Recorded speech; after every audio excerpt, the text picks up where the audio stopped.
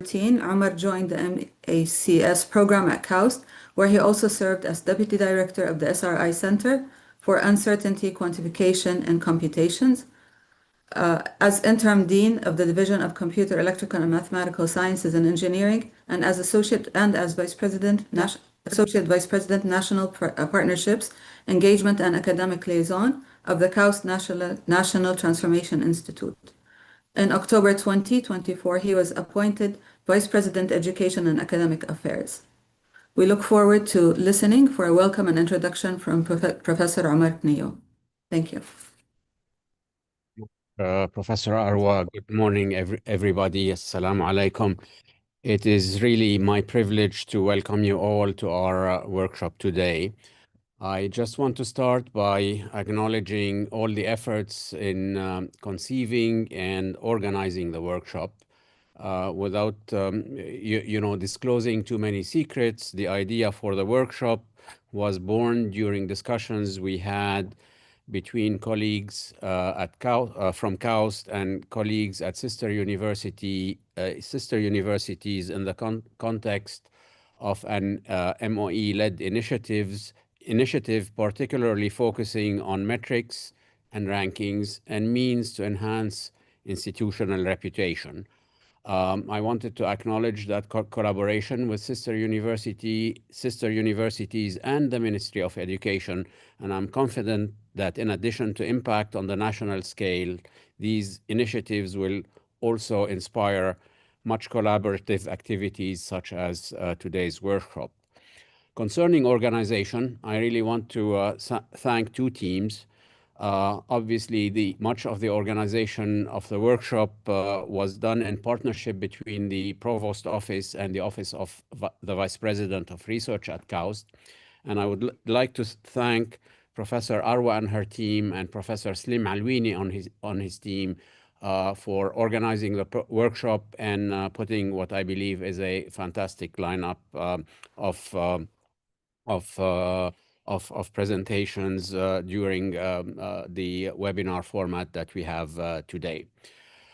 Our workshop is entitled Secrets of Academic Success, and that's probably, hopefully, one of the few not closely held secrets. And I wanted to touch a little bit on the keywords in the workshop title.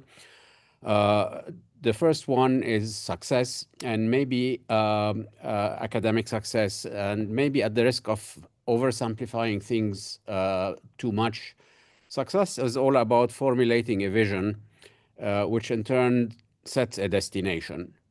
That's the simple part, and when success is reached, it's obviously very easy to recognize it. But setting the path to that destination and embarking in the journey is rarely a linear affair, and it is only reached in almost all cases after numerous course corrections that are necessary in order to overcome inevitable hurdles along the road. What is easier, on the other hand, and I call it only a very bit easier, is the means to track the progress and the means to assess how far we are from reaching that vision and that destination.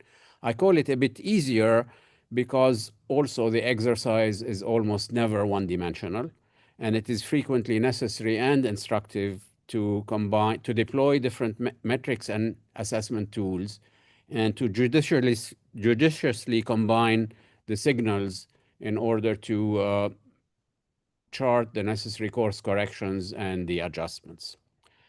I'm delighted to say that our lineup today features eminent and quite successful colleagues that will share with us their own secrets on how they've managed to combine all of these assessment tools, how they managed to formulate their vision, how they managed to chart that destination in a road that is frequently involves many different hurdles and many different challenges, and how they charted and they responded to overcoming these hurdles in reaching their destinations. In doing so, we will touch on various topics and themes, and I'm here mining and acknowledging that I'm mining the titles of the presentations, the different strategy and themes, including discovery, service, publishing, collaboration, teamwork, focus, control, and ethics. So in short, I'm very much looking forward to the presentation, and I'm particularly pleased to see the response to our invitation, and more importantly, the turnout today's event. I look at my screen and I see nearly 700 participants in the workshop, and I'm very happy that of the both the response and the turnout. So in short, I wish you all a fantastic workshop, and I hope that it will be rewarding for everybody. Thank you very much, and look forward to the presentations. Thank you very much, Professor Omar. We are pleased now to introduce Professor Nasser Al-Aqeeli, Deputy Minister for International Cooperation from the Ministry of Education. Professor Nasser is the owner of the University Excellence Initiative, which this workshop is one of the maybe the first workshops created by this initiative. Professor Nasser holds a PhD from McGill University in Canada. He is also a postdoctoral researcher at MIT and a research associate at Harvard University. Professor Nasser has been formerly Deputy Minister for Research and Innovation and Vice President of King Fahd University of Petroleum and Minerals for Studies and Research. He has more than 120 scientific publications and 25 patents registered in the U.S. Patent Office and 3 patents in the Gulf Patent Office. With great pleasure, I would like to introduce Professor Nasser. Assalamu alaikum. Thank you, Dr. Arwa. It's a pleasure to be with you this morning and be part of this extraordinary event that we are doing together now between KAUST and the Ministry of Education. Esteemed colleagues and distinguished guests and students who are hopefully attending the event, it's my pleasure to welcome you all to this online workshop organized, as we said, in collaboration with our colleagues in KAUST. And as Dr. Arwa mentioned, today marks the first event in series of workshops designed to foster knowledge sharing and academic excellence. So it's my sincere thanks to our colleagues for putting this together. I'm looking forward to seeing and hearing the different thoughts and ideas that are brought into this workshop and this platform. Now, whether you are a researcher, a graduate student, a faculty member, I want to recognize your commitment to continuous growth and learning. And as you all know, academic excellence is not just about grades that you give to students. This can be easily inflated, or publications that you put out into the different journals, because this can also have its own flaws. It's about pushing the boundaries, really, and of knowledge and driving solutions and to the challenges that our societies and communities are facing. It's also about being, student-centric as much as you can, and enabling students to make lasting impacts and know exactly what they are supposed to do and how they're going to learn, or what they're supposed to do with their lives. Our universities are engines of innovation, and they are usually equip the youth with the tools they need to compete globally and contribute locally. They also play a critical role in driving positive social impact. And this is primarily one of the things that our universities are supposed to work in and contribute as much as we can. Needless to say that true excellence lies in curiosity, integrity, perseverance, and I strongly believe these are the principles that underpin transformative academic work that we'd expect from our universities and our faculty members who have been trained in the best institutions of the world, and they are holding the expectation now of our academic excellence. From our side, since I am the custodian or the owner of the University Excellence Initiative, which is one of the major transformative initiatives now directed towards tertiary education in Saudi Arabia. I'm proud to say that we are laying down a framework for long-term impact in higher education. We have already initiated the work of the initiative to elevate our institutions to meet the highest international standards and benchmarks, hopefully also driving social impact and ensuring the students are well equipped for the future. And we have been always pleased to have our colleagues in KAUST as participants and hopefully a beneficiary of such an initiatives. And I could honestly say that this workshop exemplifies what the initiative stands for: sharing best practices, strengthening mentorship, and fostering collaboration across disciplines and institutions. I encourage you all to see yourselves not just as participants, but as contributors to this national movement towards excellence. All of you are part of our University Excellence Initiative and will potentially be leading some of our universities, faculties, or research topics in the future. If not, you are already doing this within the different institutions that you are working with. Just a quick note on the title, Secrets of Academic Excellence. I think this is, I would say, there are no secrets in academic excellence. There are no shortcuts. That's basically all the ingredients. Excellence needs perseverance, needs patience, needs vision, and we need a long-lasting, accumulative quality of work. Shortcuts are usually devastating, and we will give you the shorter term initiatives, the shorter term satisfaction and the KPIs and the feedback, but in the long term, they may not support you and help you. And that's why we have to be within our institutions patient and appreciative of the long-lasting impact that we have.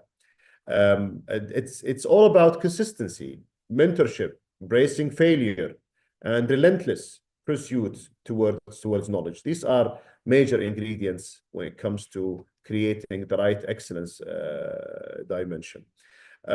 I myself, during my journey when I was in academia, industry, or even now as a government official, I have found that the ability to learn, unlearn, and relearn is one of the most valuable traits that we can cultivate now within different works that we have.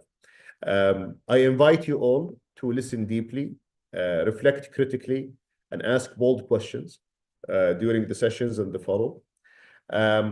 These are the moments where we truly learn, and true learning happens with the different colleagues who are here with us and joining us.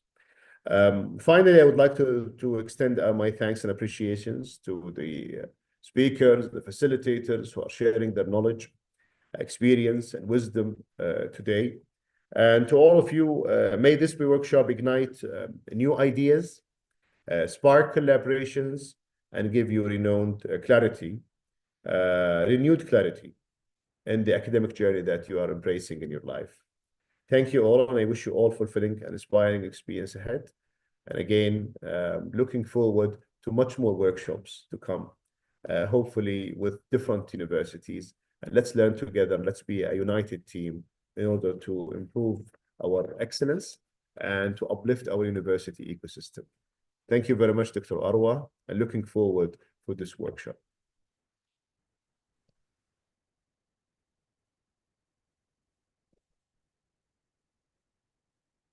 Thank you very much, Professor Nasser, for this insightful discussion. And we now turn into a word about KAUST, an introduction about KAUST.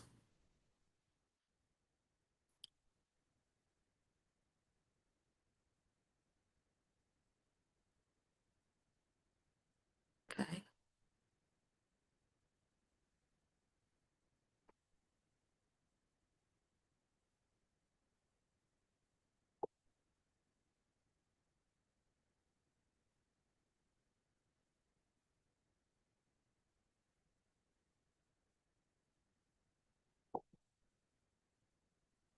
Okay, so welcome to KAUST. Of course, this is a virtual event, but we would like to welcome everybody to KAUST to come over and visit us and see the innovation and the entrepreneurships and the research and the academic affairs and everything that we have to offer. KAUST was founded in 2009 and it's located on the Red Sea. During its first 16 years, it was established to be a beacon of science and research and discovery. Today, KAUST is the #1 university in the Arab University ranking according to the Times Higher Education ranking. Our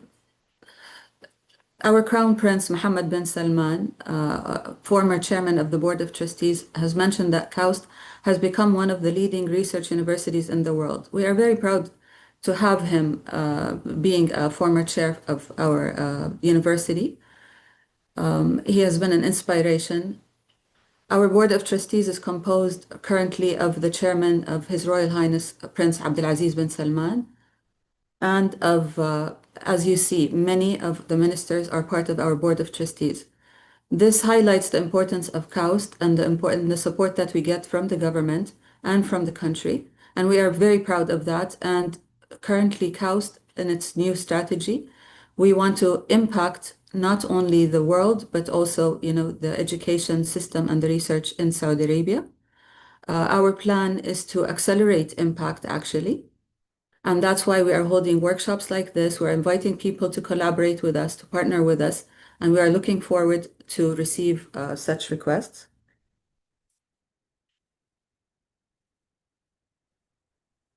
This is a short video about KAUST.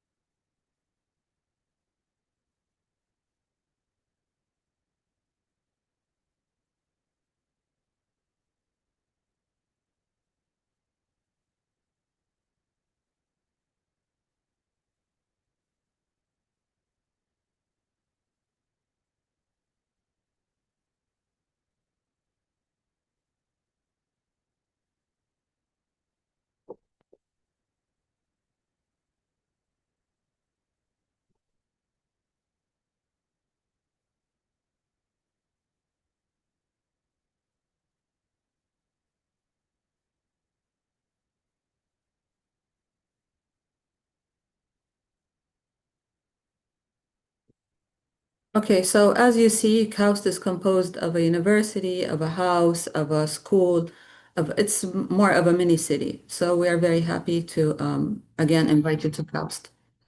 KAUST actually attracts some of the brightest minds from across the globe. We have more than 120 nationalities living, working, and studying on campus. We developed to become more than a university. It's an ecosystem where education, research, innovation, and industry all come together to create KAUST. Some quick facts about KAUST. We are on a campus size of 39 million square meters.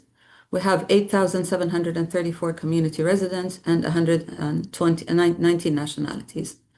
We have 1,741 students, so we have a very small cohort of students. However, keep in mind that these are all graduate students. So KAUST does not have an undergraduate program yet, but we have a master's and PhD program. So these are 1,741 researchers or scientists to be, 36% of them are Saudi, 37% of them are female. We have 183 faculty, which is a small number compared to other universities. However, we have 974 researchers and postdocs. We are very proud to have more than 3,000 alumni, although we are a young university, with 56% international and 44 Saudi.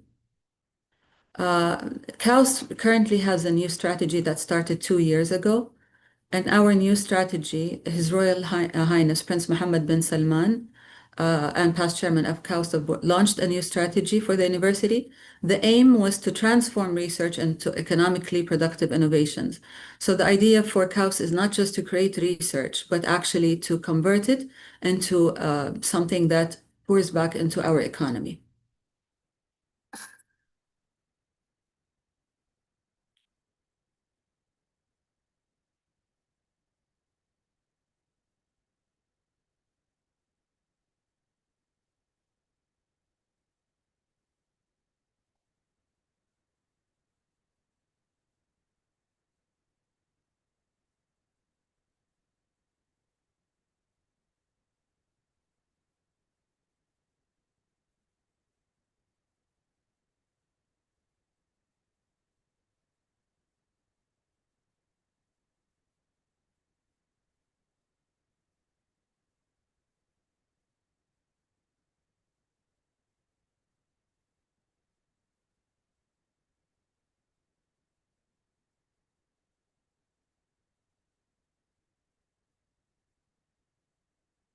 So, as you saw in the video, our research is targeted to impact the world. We're doing things such as restoring the coral reefs, and this will impact the world because, as you know, coral reefs are dying across the world. We are creating other innovations that will impact not only Saudi Arabia but the rest of the world. In our accelerating impact strategy, we have three pillars. Our three pillars, as you can see, is that we restructured our research funding to be refocused to the RDIA pillars. Our second pillar, we created a National Transformation Institute that the goal behind it is to accelerate technology development and commercialization. So basically the NTI, or the National Transformation Institute, will take research that was done at KAUST and try to take it to the ground. It will take it to, transfer it to technology. Our third pillar is the international collaboration and partnership to reinforce existing and building new partnerships.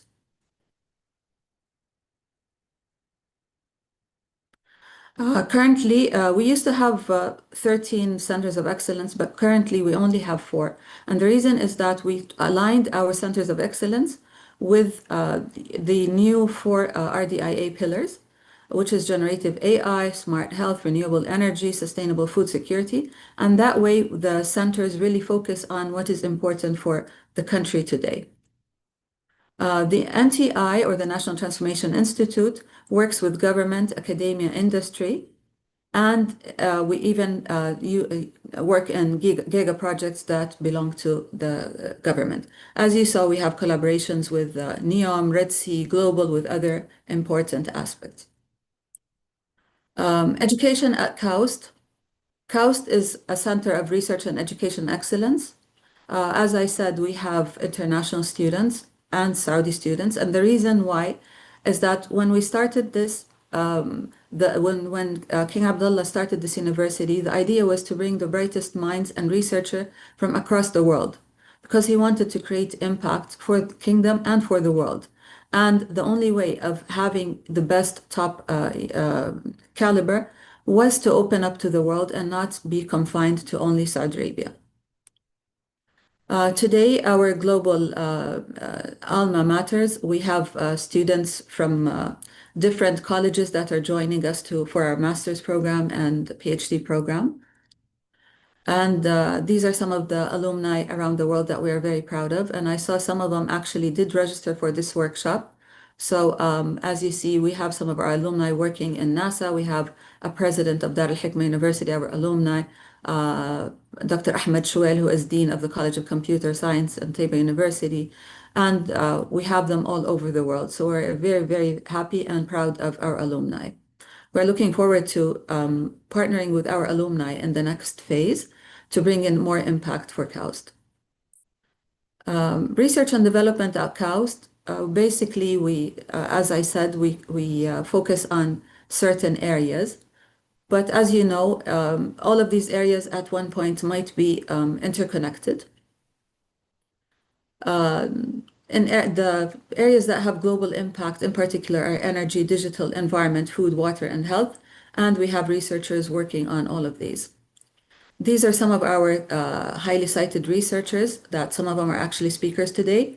And we are very, very proud to say that we have researchers that are the most cited in the world. So this is something we're very proud of. Unparalleled research facilities, we have core labs. We are also inviting you to visit our core labs. These core labs, you can actually make use of them by partnering with KAUST. We have Shaheen 3, our supercomputer that has just arrived, and we are very proud of it. It's one of the strongest supercomputers in the world.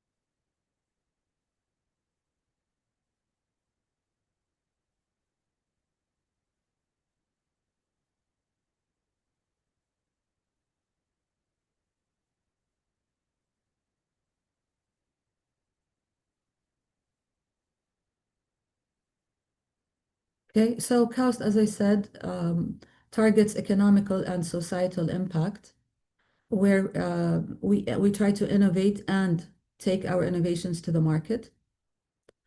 We have 374 startups supported by KAUST. We have 2001 inventions disclosures, 279 IPs, 4,566 SME professionals trained, and much, much more. Our mandate for innovation at KAUST is to target human capital, inspire human capital, knowledge exchange, and implementation. And for industry, we have a very close collaboration with industry. Actually, we have some of the companies that have their research centers on KAUST grounds so that they are close to our KAUST researchers, such as Aramco, SABIC, and many more. And these are some of our collaborations and partnerships with the industry. As you see, they're national and international. And we have in-kingdom industry partners such as Aqua Power, Red Sea Global, Neom, and many more.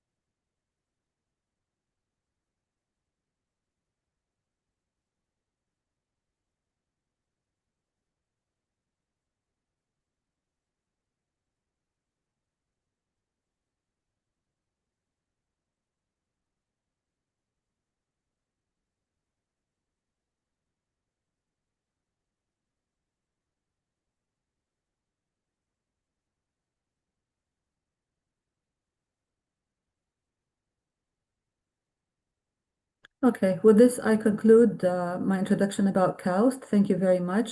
And I would like now to introduce my next speaker.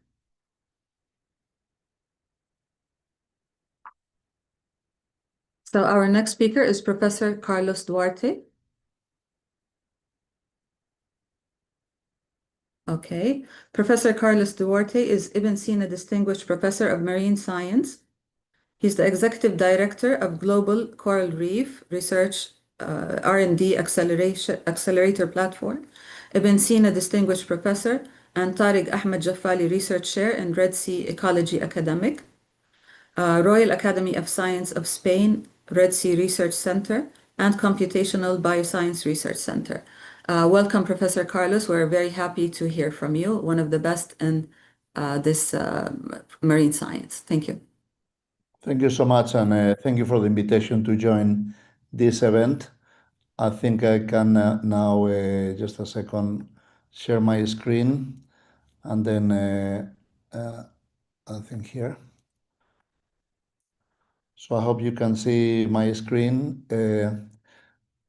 So thank you for the invitation, and I've been asked to talk about the secrets of academic success, and I chose to talk a little bit about my journey from curiosity to impact, and then ground this on my own experience on my journey from discovery to service.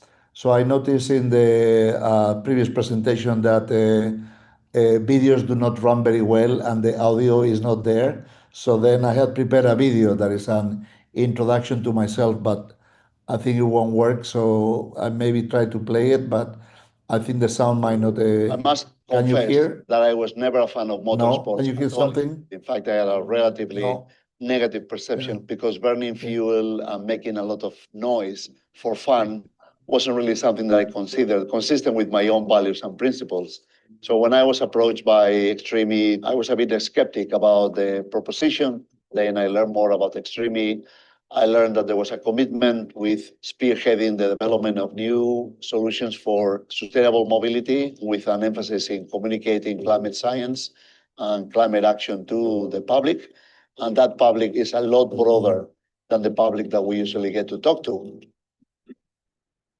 I grew up in Spain in a relatively rough neighborhood, then my very likely outcome will be to either get into drugs or some sort of breaking the law. But in the 70s, when I was a teenager, I got a scholarship to go to a boarding school. My program continued into being funded for university. So then I chose biology, but it was almost nearly a random choice. I was not really interested by what I was being presented with until I was confronted with ecology. And at that time, I was going away to Canada in the summers and working in farms and then wandering around national parks. And that was a discovery of the peace that nature brings to my soul. And therefore, I was interested in contributing to that path of discovery and why we had this relationship, a spiritual relationship with nature, and do that through science. After my 25 years of research, I wasn't very optimistic on the future of the ocean or the planet altogether. But then I reflected that I did not go into science to become a notary of the demise of the oceans. Then was motivated to work on solutions and try to solve these problems and eventually developing the solutions into action. And one of the main outcomes of that path in search for solutions was the development of the concept of blue carbon and how healthy marine ecosystems can contribute to mitigate climate change. We need to work with the policymakers. We need to work with the private sector. We need to work with communities, and we need to work with communicators so that the scope for those solutions are shared and people are mobilized into deploying them in nature. I think that's one of the reasons why I enjoy working with Extreme, finding an entirely different way of communicating science that is embedded in action sports to sectors of society that we never get to communicate to. And if their heroes are committed, they will be committed too. It is precisely the role of science to push the boundaries of the possible every day. And the prerequisite is that we should not give up.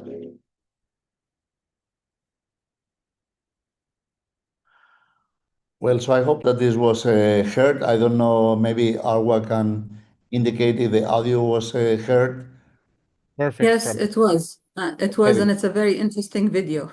Thank you very much. Yeah, so then that can kind of gives an introduction to myself and why I decided to become a scientist and then within science work on ecology and oceans.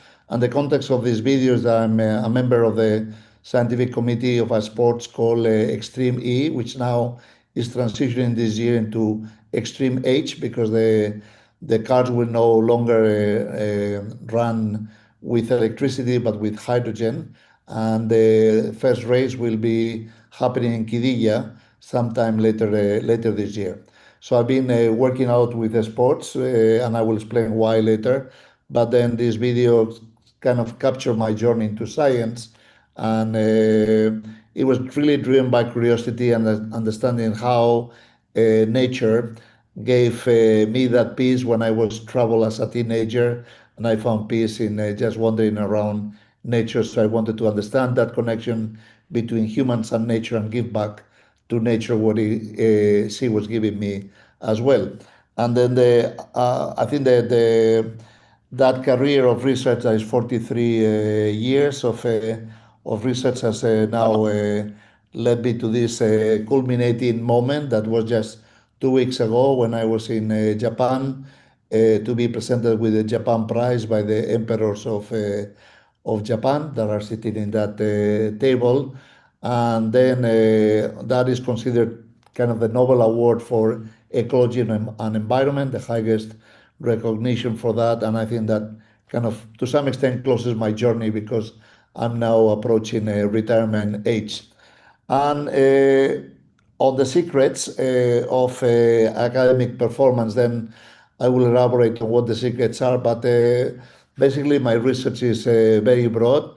So I have served in academic positions in Spain, in Norway, in Denmark, in Australia, and in Saudi Arabia, and I completed my PhD in Canada, in McGill University. So I have worked almost in every continent, but because of working in oceans, then my work has brought me to all of the oceans, including the polar oceans, where I have done significant research on Arctic and Antarctic ecology. I work also on marine inspired biomedical research. So we have translated into human health some aspects of fundamental biology that we learned from marine science. And now we're working on cellular and tissue regeneration, aging, general health and well-being, and even improving the success of transplants by marine-inspired biomedical research. I also work with very large marine animals, and we are understanding how they move across the ocean and developing also new sensors to be able to track animals and partner with them to advance ocean exploration. Ocean genomics is also a field that I dedicate a lot of research, and we are about to release a new catalog of ocean genes that has about 300 billion genes that we have been able to ascertain what functions they perform. So we're advancing understanding the potential of ocean genomics, not only to explain the functions of microbes in the ocean, but how we can harness those functions to solve problems in our own domains on energy, health, and food, and other domains of human activity. I'm also committed increasingly to derive solutions from ocean to humanity's grand challenges. So I work on developing blue superfoods, ocean energy, and water from oceans, and addressing by managing oceans the problems of climate change and biodiversity loss. Through my career, I've also dedicated significant efforts to ocean exploration, particularly on the deep sea, the twilight zone, and also challenging coastal areas like those in the Red Sea. And also on problems, I also work quite a bit on pollution, ocean pollution, both chemical, but also plastic pollution and acoustic pollution, and the problem of ocean noise. Also how climate change impacts on ocean ecosystems, and a very broad research on how to rebuild the abundance of marine life. So I've published by now about 1,100 scientific papers, and I've been ranked for all the assessments since they started about a decade ago as the top marine scientist. I think now the third ecologist in general, both land and ocean, and I was ranked a few years ago as the 12th most impactful climate scientist. And in addition to my research, then I'm also the executive director and the CEO of the Global Coral R&D Accelerator Platform, which is a global platform to advance science and technology to be able to conserve coral reefs. In fact, I'm now attending a workshop in Jeddah from Cordab, so I've taken a few minutes away to join the workshop today here with you. So now, on the secrets that I've been asked to talk about, really there are no secrets. So it's all based mostly on motivation, hard work, inspiration, the humbleness to embrace criticism, efficiency of the use of time, and collaboration. So my first lesson as a first year PhD student, and that's a photo of mine, and the lady next to me is my wife and colleague, Professor Susanna Agustí, also professor at KAUST. And the little thing green there is my daughter, Guiomar, that was just newly born when I started my PhD. My first lesson was to embrace criticism. So I was really excited about the research I was doing, and when I presented my first seminar in my school of biology in McGill University, then at the end of the seminar, then I was puzzled that I only received criticism. Nobody had words of compliment to the work I had done. And then I was a bit puzzled, but then I understood that the best service that your colleagues can do for you is to actually criticize your work. And then, because only through criticism, and particularly constructive criticism, we can advance and improve our ideas and thinking. So embracing criticism is important, and not only being critical yourself, but being able to accept and build on criticism received from others. And that's also a lesson of humbleness that we need to embrace as scientists through our careers. But the fundamental of our career is the motivation. And being a scientist is hard work and requires strong dedication, and it can only be sustained if it's grounded on strong motivation. And the motivation can differ from person to person, but it usually includes elements of curiosity, a desire to learn and understand, and also the thrill of discovery, and also a vocation for service. So it's a mix of those five elements that create the motivation to become a scientist. And that motivation doesn't need to be with you from the beginning of your academic life. It can just grow over time. At some point, you will find something in your education that triggers that motivation, and then you can follow that path to deliver on that initial impetus to that is a mixture of curiosity, learning, understanding, discovery, and a vocation for service. But that motivation needs to then be grounded on hard work, and there is no subsequent for hard work to succeed in academia. And then dedication is the key to achieve success, almost as in other human enterprise. But the learning journey never ends. So we are always learning. We continue to learn every day, and that requires hard work to be able to move forward the frontiers of science.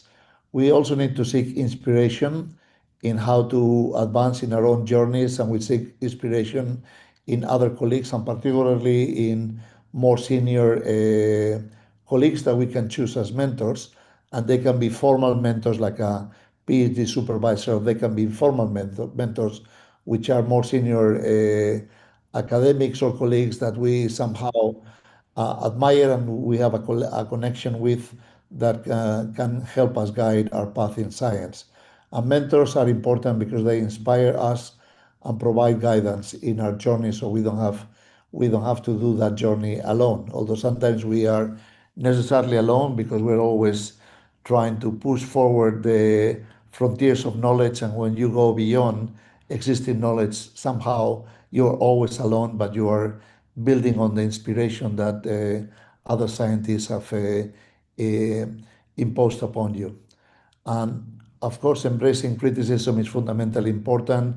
And then you need to accept and also encourage constructive criticism towards established ideas, paradigms, theories, and your own ideas.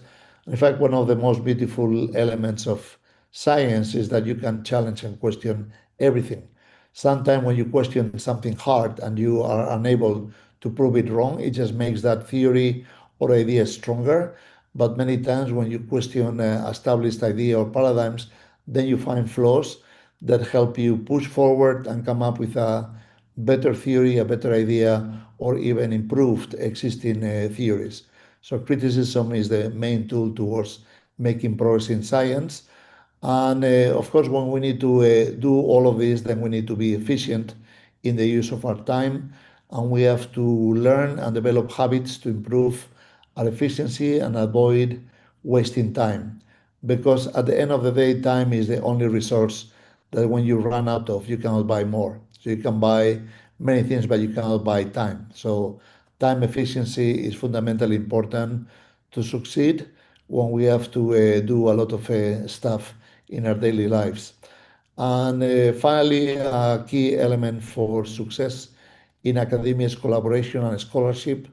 And the questions in science and technology that are fundamental in our days, they require collaboration across disciplines. And then working across disciplines requires learning of what motivates others, learning what are the key questions in other disciplines, and then be able to make value propositions to colleagues that you would like to work with you in a particular problem that are not self-serving. So those questions are not just of interest to you, but also they address the interests of your collaborators. And it's important to learn how to develop positive collaborations and nurture them. And then academic scholarship is a fundamental element and a basis to establish positive collaborations. So I think those six are really my takeaway points on what are the secrets for academic success. But through my whole 43 years, I've been in a journey of exploration and discovery. And that is not only a metaphor, but it's actually literal, because the largest project that I embarked myself on was a project of exploration in polar areas in the Arctic in the left and in the Southern Ocean and Antarctica on the right. And this year, my research team were the first research team from a Saudi institution that has run a project in Antarctica, that were in Antarctica January and February. And as you might not know, the Kingdom of Saudi Arabia joined the Antarctic Treaties in May last year, 2024. And that comes with an obligation to contribute to science in the Southern Ocean and Antarctica, which is a continent for peace. And the basis for peace in Antarctica is through scientific collaboration.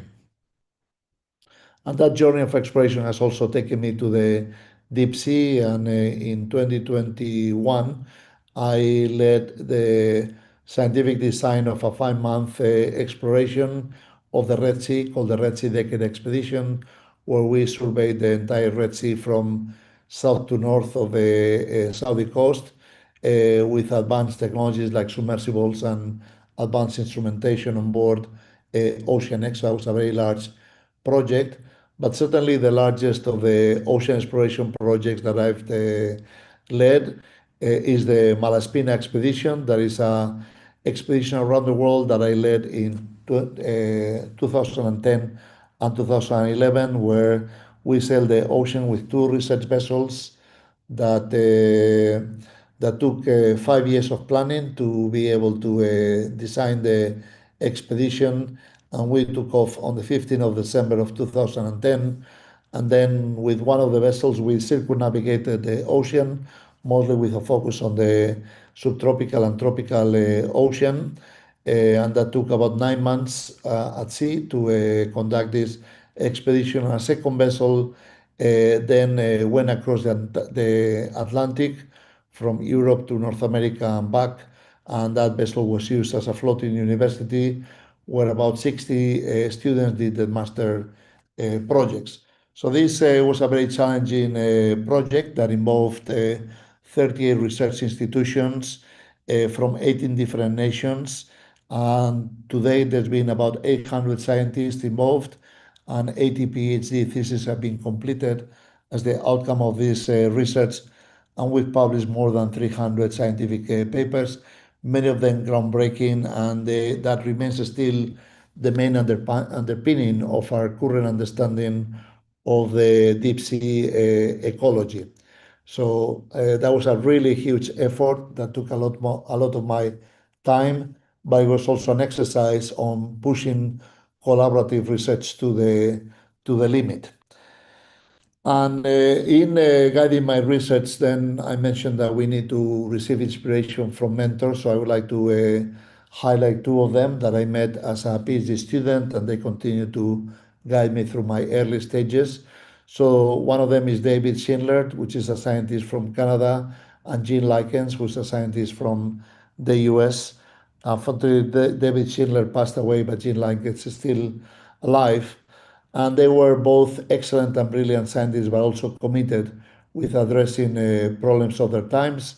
At that time, in the 1980s, a big problem affecting aquatic ecosystems was acid rain, and acid rain was the outcome of sulfur and sulfates that were released with the combustion of coal and other chemicals, and that led to the pH of rain dropping to very low levels, down to about 2, and that acid rain was falling in the forests of North America and the north of Europe, and acidifying the rivers and lakes and killing the forest. So then these two scientists were designing brilliant research that they identify the causes for this problem and the possible solutions, but they also engage with policy to be able to guide policymakers into implementing legislation that came to solve the problem. And it is inspiring. So in the case of David Schindler, then his research inspired the US 1919 Clear Air Act and the Air Quality Agreement between Canada and the United States. So there was a really strong impact of that research. That was a very important underpinning of solving the problem. And Jean Likens also contributed to debates in the U.S. Congress that led also to the Clean Air Act amendments in response to acid rains, through which the problem was eventually solved. And in fact, Jean Likens had a contract put on him by industry, not on his life, but there was a contract put on him for people to discredit him as a scientist and underpin his reputation as a scientist, to therefore question the science that he was contributing to this policy process. And he stood firm on his science and did not backtrack because of the threats that he was receiving at the time from industry. So those two scientists are exemplars of a commitment to science, but also a commitment to serve society and improve policy and deliver impact to society.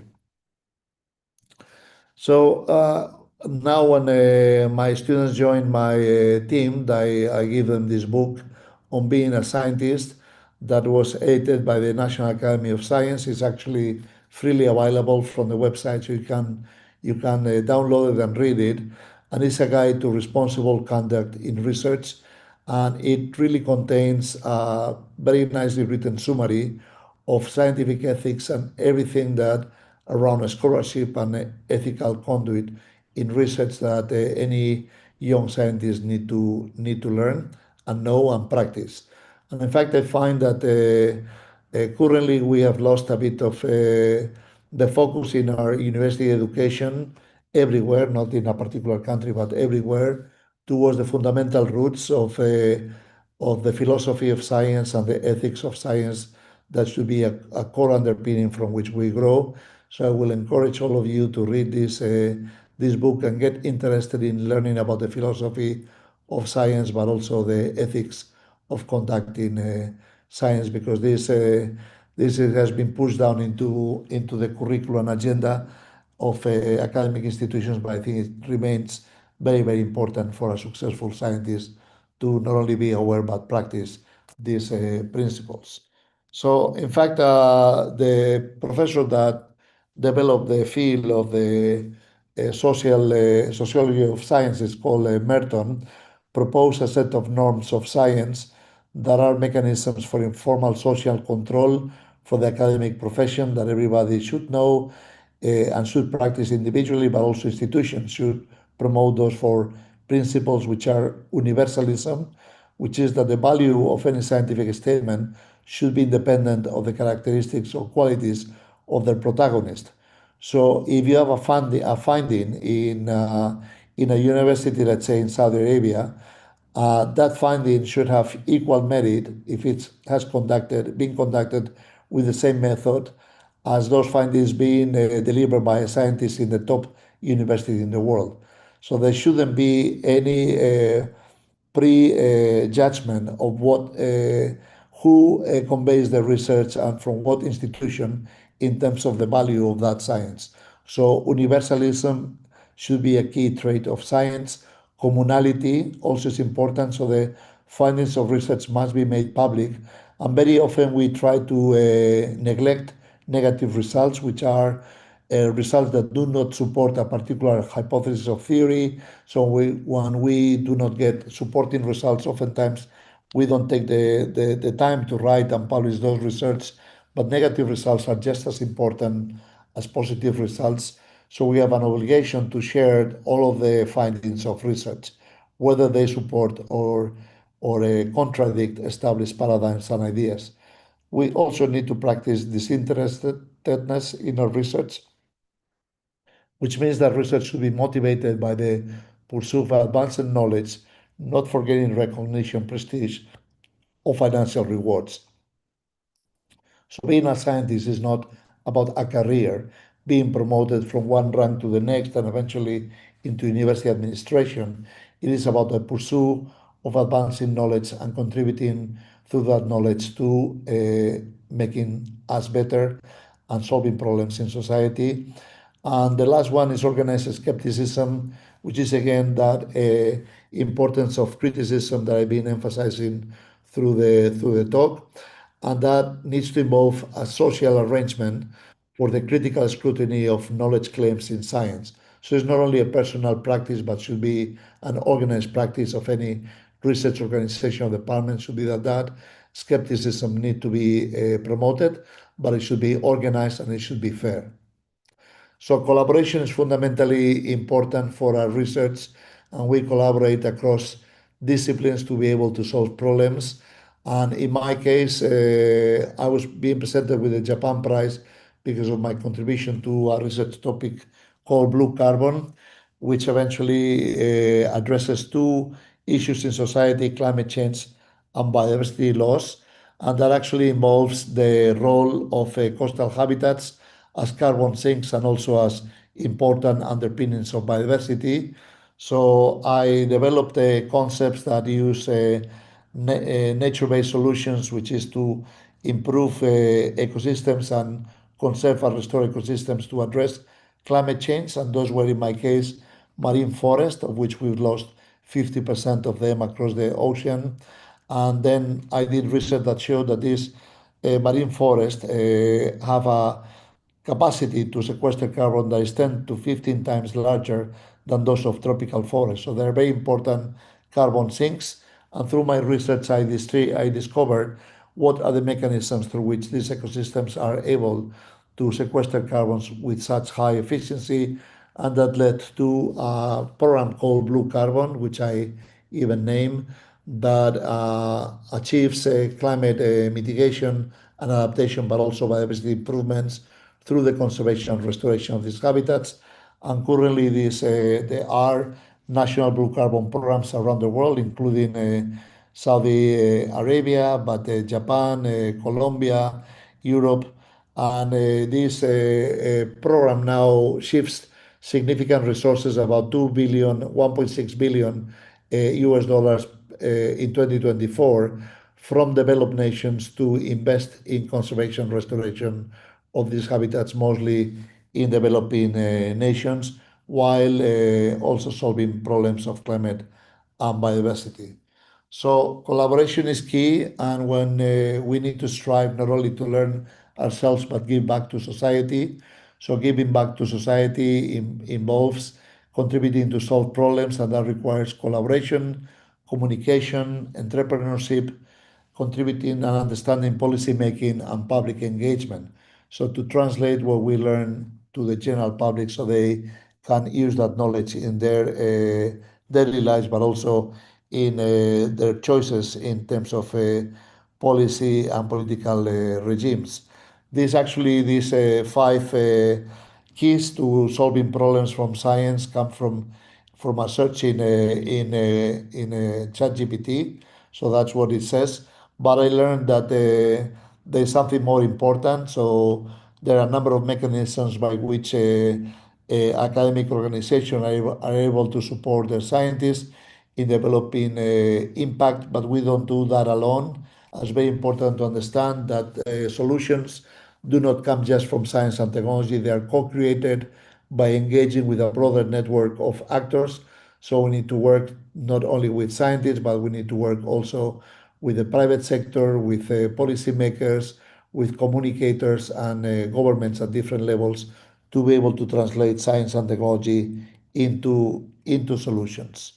So again, that requires time efficiency because we are very busy conducting our research, and at the same time we're being asked to ensure that our research deliver impact, and we find ourselves loaded with too many tasks, but we always need to find time to be able to translate our research into solutions by working with others, and that's what has been called the positive overhead of our time. So make sure that you allocate time to trying to make a difference from your research and therefore lead from science to impact.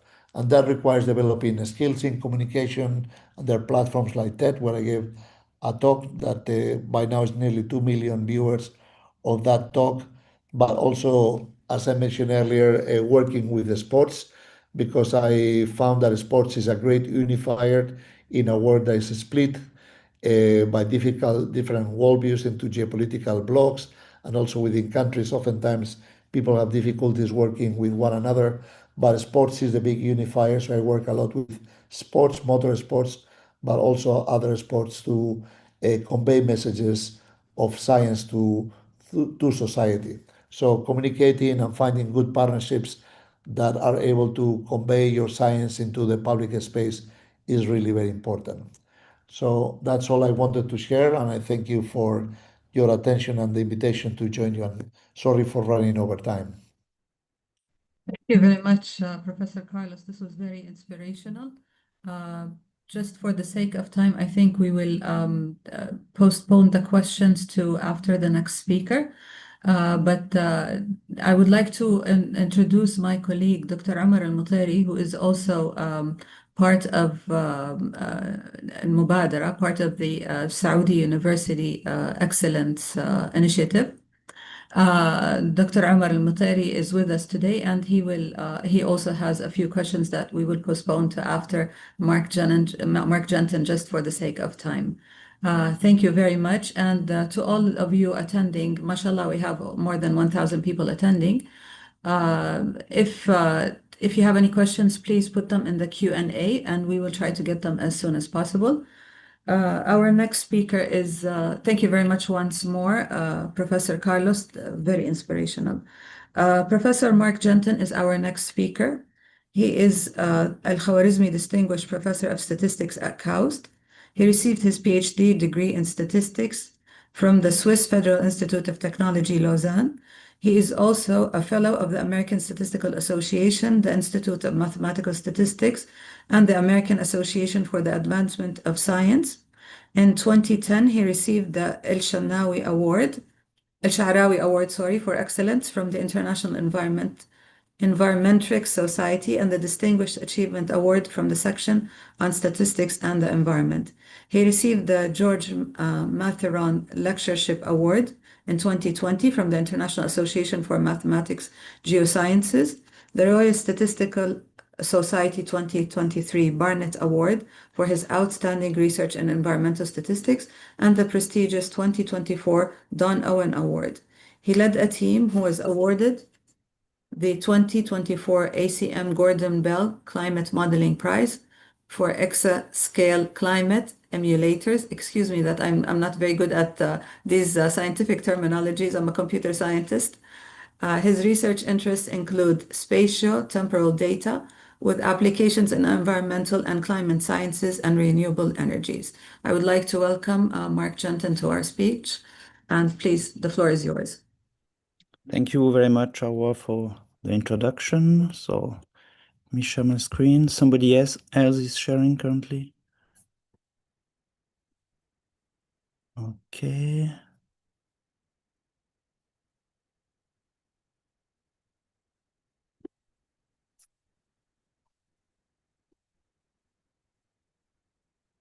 Can you see my screen? And can you hear me?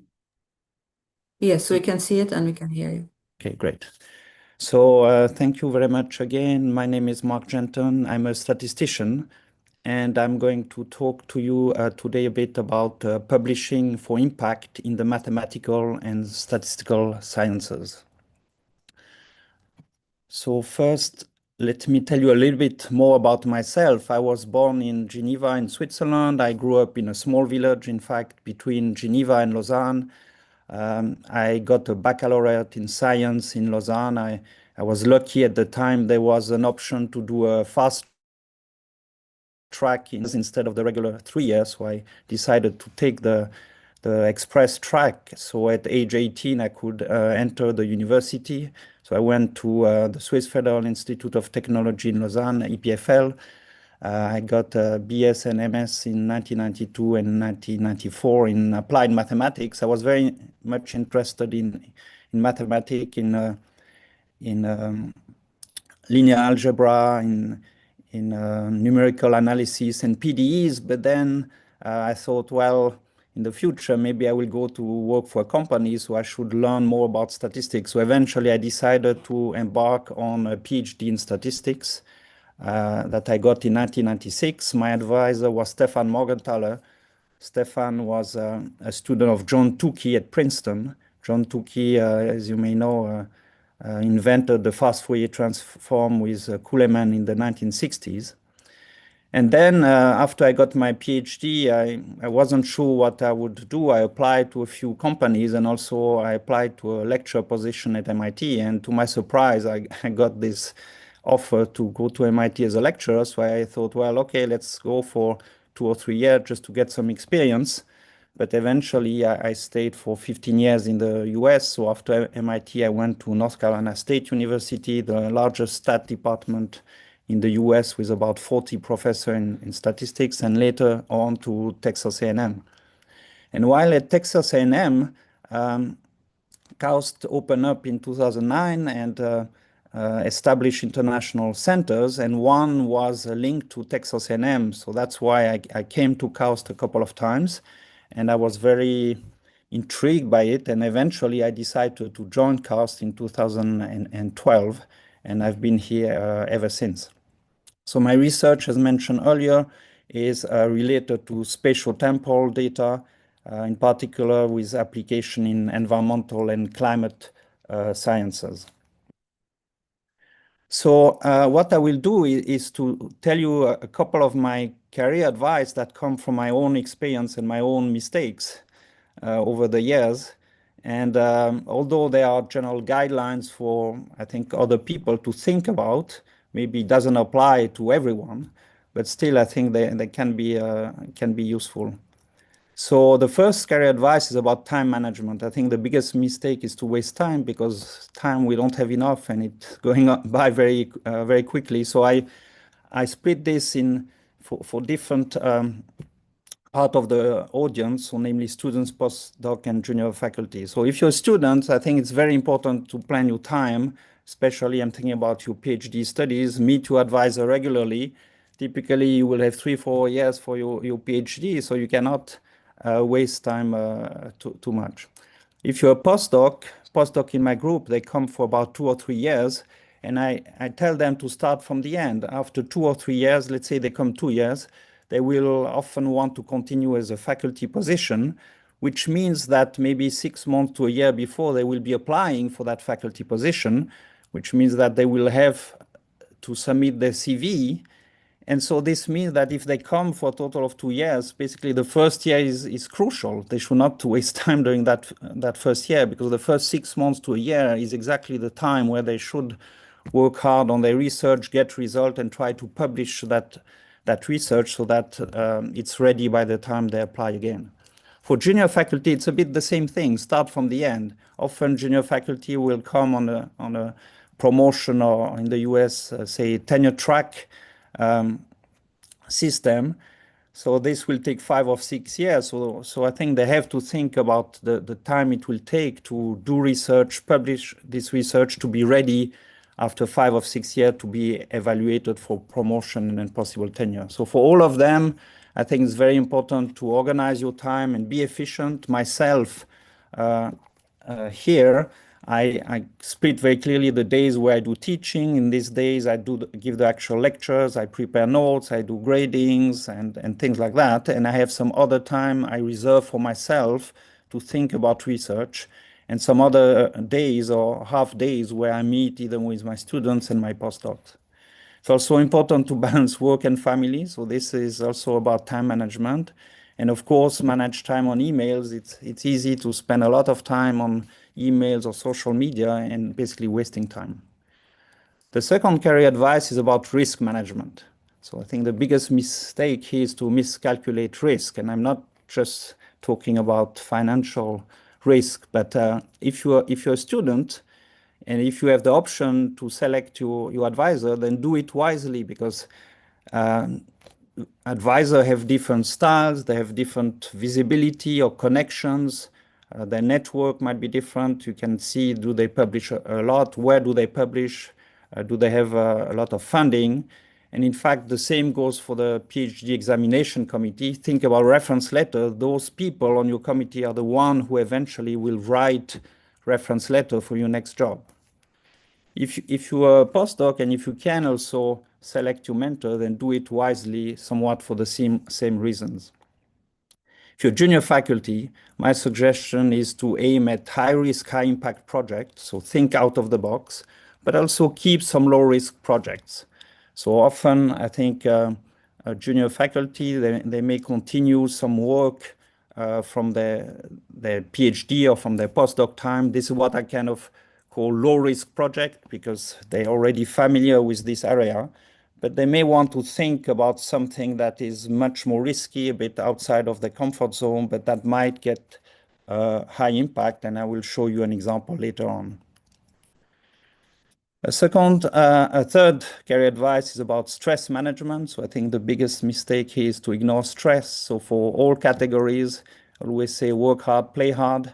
So there are times where you need to spend nights or weekends on your research, but then there are also times where you should take a break, take some vacation, and just clear your mind and do something else. So in general, stress can come from publication experience. So my advice is not to fight with journal review teams. Try to be happy with what you do. Do research on things that motivates you and interest you. Consider your well-being. Be positive and become a problem solver. So in fact, it's more important, I think, to focus on the solution rather on the problem. All problems have a solution. Some are easier than others. Some you may like more than others. But eventually, there is some solution.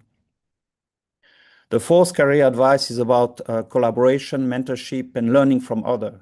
I think a mistake here is to rediscover everything by yourself, or redoing the same mistake as others. So again, for the 3 groups here, I would say the difference of working in groups versus individual work. There is some individual work to do, but also I think it's good to work in groups, to learn from others. In general, get a mentor. Often, I mean, I'm here in particular thinking about junior faculty. Some universities or departments have a mentorship program. I think this is very useful. Turn to more senior faculty with experience who can give you some feedback. Multidisciplinary collaboration, in my opinion, are very important. Again, you learn from other fields. For me, I'm interested in climate, so I can learn from climate scientists while I can apply statistics techniques to that field. So expand your horizon and experience in general. Learning from other includes from the internet or many other sources of information. And in general, I think in academia, we can learn from each other. I'm thinking about mixing master and PhD students, postdocs, and faculty. This includes, in terms of office space, having lunches together or social activities. I think all these help to connect and learn from others. The fifth career advice is about effective communication and teaching. So the big mistake is to drown in unimportant details. And in general, this was already mentioned earlier, if you can't explain it to your student, for example, you don't understand it well enough. So this idea that really by communicating, by teaching, you learn yourself about maybe material that you thought that you know already. So in terms of teaching, I think it's good to get a teaching mentor. Also, many universities and departments have such mentorship program. I think they are very important to get feedback from peers. Many universities offer classes on effective communication, on scientific writing. So I think those are very important, should not be neglected. And also, of course, reading well-written papers help too. So reading a lot of paper by leaders in your field, I think, is something very important. So the sixth career advice is about publication, and that's a little bit the focus of this presentation eventually, but it's linked to the other parts. So I think the biggest mistake is to be impatient. Basically, it takes time to get results, to get strong results that are worth publication. So you have to be patient until you get these results. So don't try to publish too early. If you're a student, follow the advice from your advisor or as a postdoc from your mentor. For junior faculty, I would say to aim at quality rather than quantity. So again, this goes back to managing risk and thinking about projects that might be high risk, but possibly high impact as well. So one piece of advice is that it can take some time to build a strong reputation in one's field. So by submitting your work, others, reviewers and editors can see your work, but also it can be very quick to destroy your reputation. So if you're too impatient, if you submit work that is not quite of the quality that it should be, then you build a bad reputation and people see it, and then it's very difficult to fix and correct. So this is something important, I think, as well. Also now, especially in the mathematical and statistical science, but also maybe in other sciences, very easy to post your result online, for example, on arXiv, and everyone will see it. So beware of posting weak result too early on arXiv that others can see, I think. Some more details about the publication process. So what makes scientific writing good? I mean, here I'm in particular about the statistical sciences. So you have to tell a story. This is very important. It has to be interesting, exciting. So typically in the introduction of the paper, you have to say something about the importance of the problem you're going to address. Typically you say what's the state of the art, what is the best or a couple of best methods existing at the time. But what are the limitations of this method? Maybe they don't work in all settings.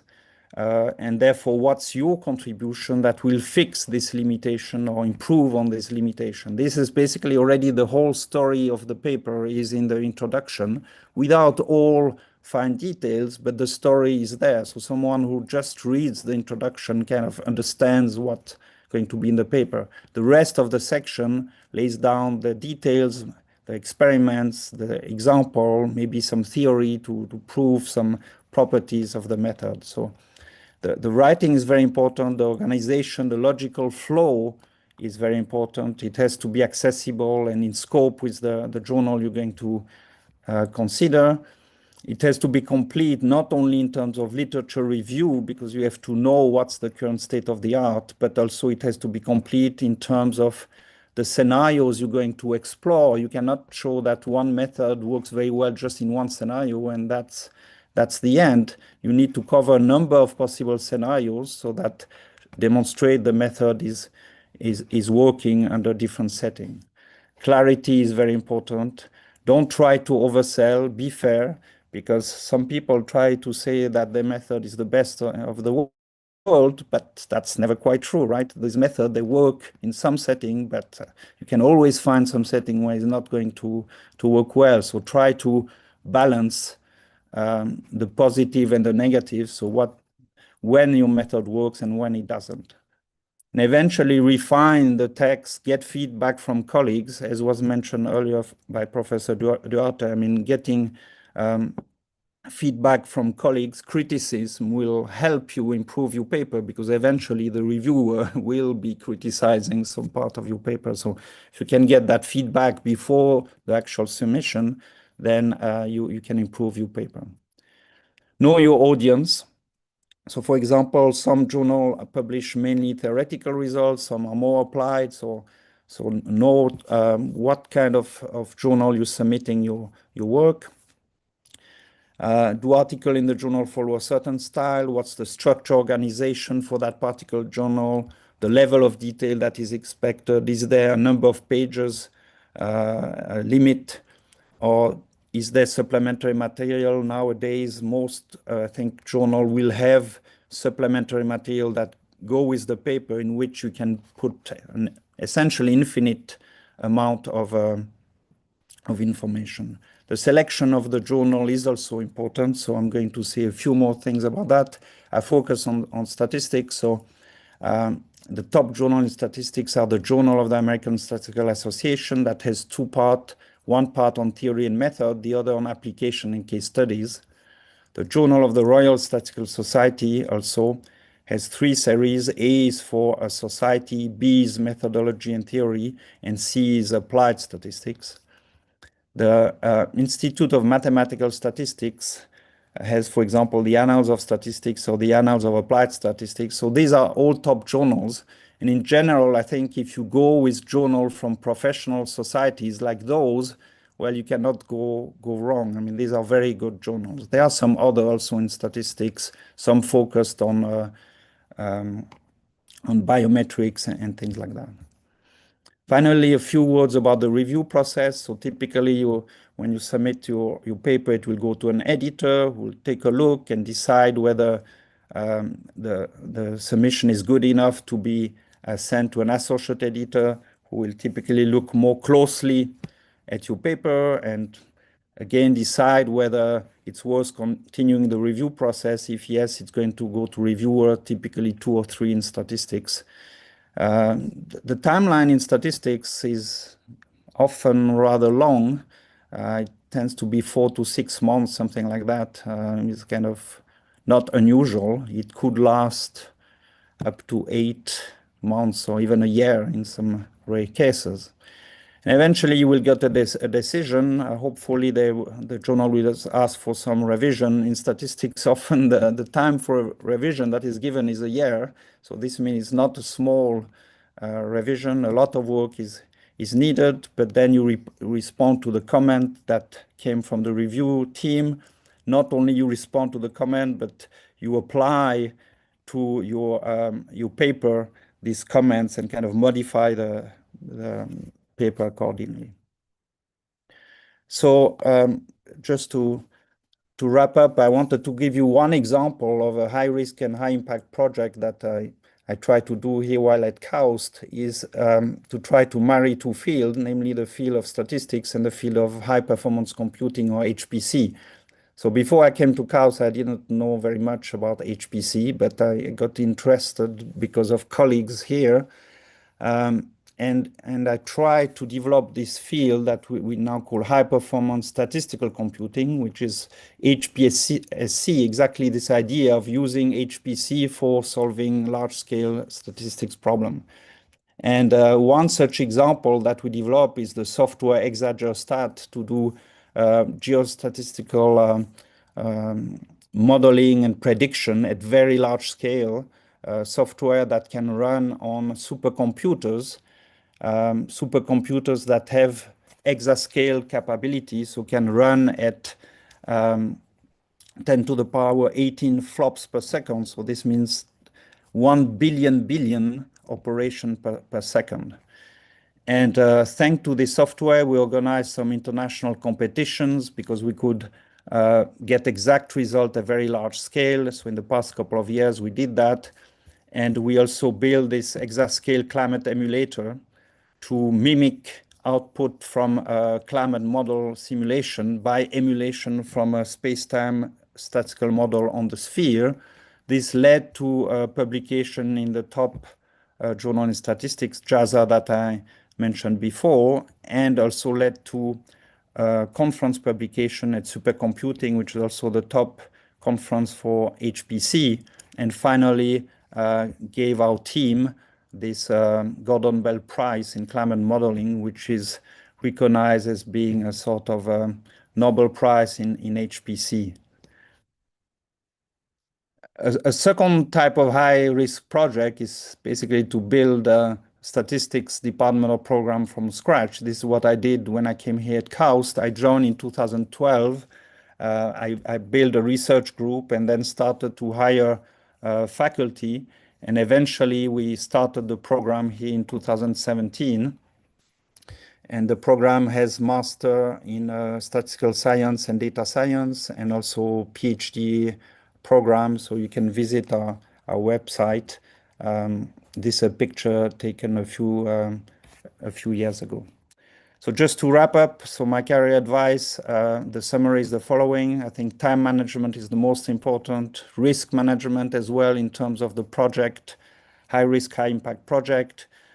Keep your stress under control, think about collaboration, get help from mentor, learn with others and from others, improve your communication and teaching skills. And then I gave you some advice about publication. So with that, just be happy with what you do, and thank you for your attention. Thank you very much, Professor Marc. This has been very inspirational, and I think the advice is spot on. I'm just going to take one question. We have a lot of questions, but I will take one question just for the sake of time. Nader is asking, as time management is crucial, as the respective speaker has mentioned, I would like to ask, if I'm in my early 30s with a master's degree and starting my academic and research career now, is it too late? Any advice? I think it's never too late. I mean, if you have the passion, and I think you can do it. I think you can learn at any age. I mean, myself, I'm learning every day from not only reading papers, attending seminar, but from my own student and postdoc, because they let me think about new things. So I think there's always time to learn new things if you're passionate about that. I totally agree. Okay, I'll take one more question from Jude. How do my daily activities help me develop the skills needed to become a scientist?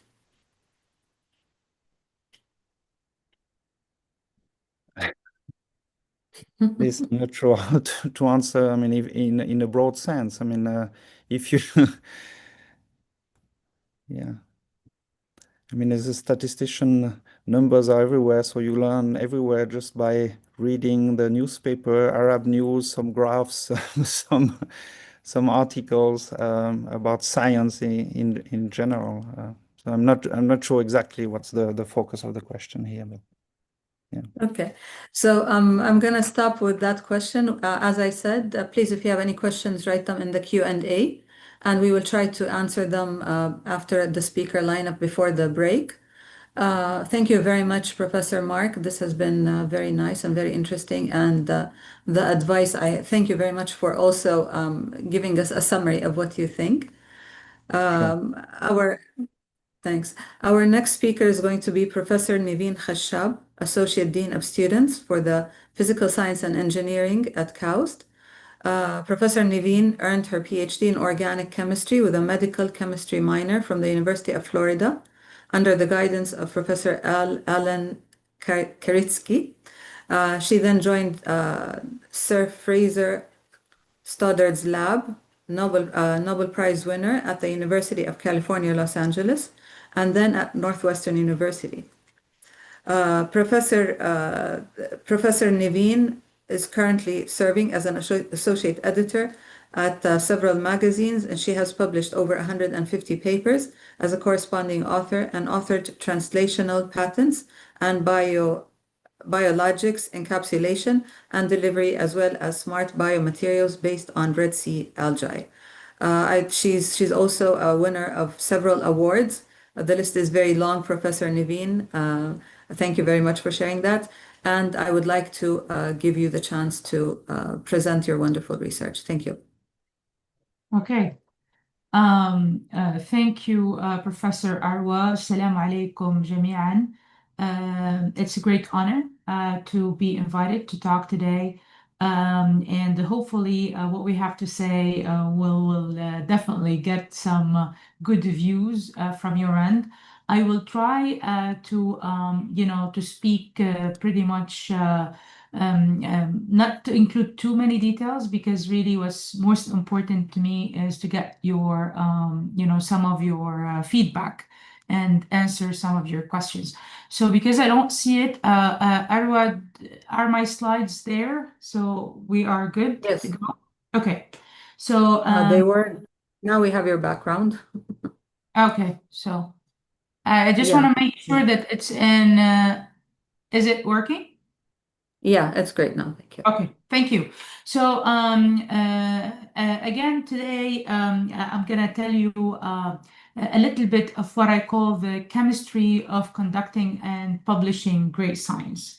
I call it the chemistry because obviously I hope all of you know that by now that I'm a chemist, and I really see the chemistry in everything. So when things are going well, we say that these people have chemistry. So chemistry is all around us, and especially is very important when we talk about academic success. So very quickly, I'm going to touch upon a couple of points that I think all of you should know about. I have done some statistics to give this talk, because I know that a lot of researchers, especially in our beloved Kingdom of Saudi Arabia, don't know the real statistics of research in KSA, so I'm going to bring this up to you. We need to understand the brain drain, look at some impact models, and then some word of advice on how to stimulate high impact research. Now, you see, guys, this is the data. This is the word data in terms of R&D spending with respect to percentage in GDP. And you can see that we are right here. So we don't have, we still can do more in terms of how much we spend on research. Very interestingly, though, is KSA is the leader in the MENA region in terms of investments in R&D. So we are really among the top 20 in the world, spending around 12.5 billion in R&D. Now, of course, R&D includes many aspects, not just academic, and obviously oil and gas, and Aramco has a big portion out of that. Now, what I want you to know is, and I'm going to be very realistic in my talk to you today, that I know that every researcher everywhere, especially when I met researchers from different universities here in Saudi Arabia, I know that all of you have challenges, and I understand that all of us at one point we will have challenge in tackling and how to start up our lab and how to conduct our research, and then finally how to publish and communicate our research. But you'll be very interested to know that scientists all around the world, I hope you can see the scheme, and you can see these are the countries down here. So the percent of scientists being completely satisfied essentially does not exist. So you don't have any country in the world that has 100% satisfied scientists. So you can see that, I give a random example, Italy right here, essentially you have almost only 25% of the people doing research in Italy are satisfied with the available funding and available resources. So what I'm saying is when we have issues where we don't stand alone, researchers all around the world have issues. Now, the good point is we identify these issues and try to work on them to resolve them and actually do better. Now, I hope to spend a couple of minutes on this research impact model, and I really hope, I know we have over 1,000 attendees. I hope especially the PIs among the attendees can take special note of this. It's published in Nature in 2019, and it talks about research impact models. Okay, so if you look at how usually research or proper research should be conducted, you start with essentially going through inputs. And inputs is the funding, the staff, IP is the intellectual property. So this is very important to launch, to launch any kind of activity, which is step 2. Activity is your ideas, the stuff that you want to do, research projects in a sense.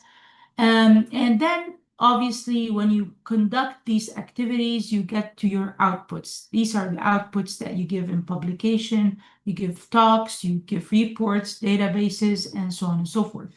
Now, if you're very lucky and your work is really very translatable, so it can actually turn into a product in the market, you can actually commercialize it. And this is the outcomes, part of the outcomes in the red structure right here. And then you move to the impacts. So impacts pretty much, and this is where the economy comes into place, and where essentially your whole country comes into place. So this is when you have a direct impact on your society. So pretty much the more of an impact you do on your society, you can actually, and I hope you can see my cursor when I move the mouse, you can go back to inputs. Okay, so this is the point. So you can go back to inputs. And you can see from the pink lines, some of the work can be planned. So you will plan on how much money you will spend, who are the people that you want to have in your team, what are the research idea, and what you're hoping to publish. And of course, the other part would be the intended results, because all of us know that not all the time you will essentially have this result that you're hoping for, especially when you're conducting research. So not all the time this stuff is essentially goes as planned, but there is a big part of it that can be controlled, and this is when you move to the blue line. So a lot of this work, you can control it in a sense. When I mean you, not necessarily you, but as a person, but as an entity, as an organization, as a lab, as a university. And obviously you have direct influence and indirect influence.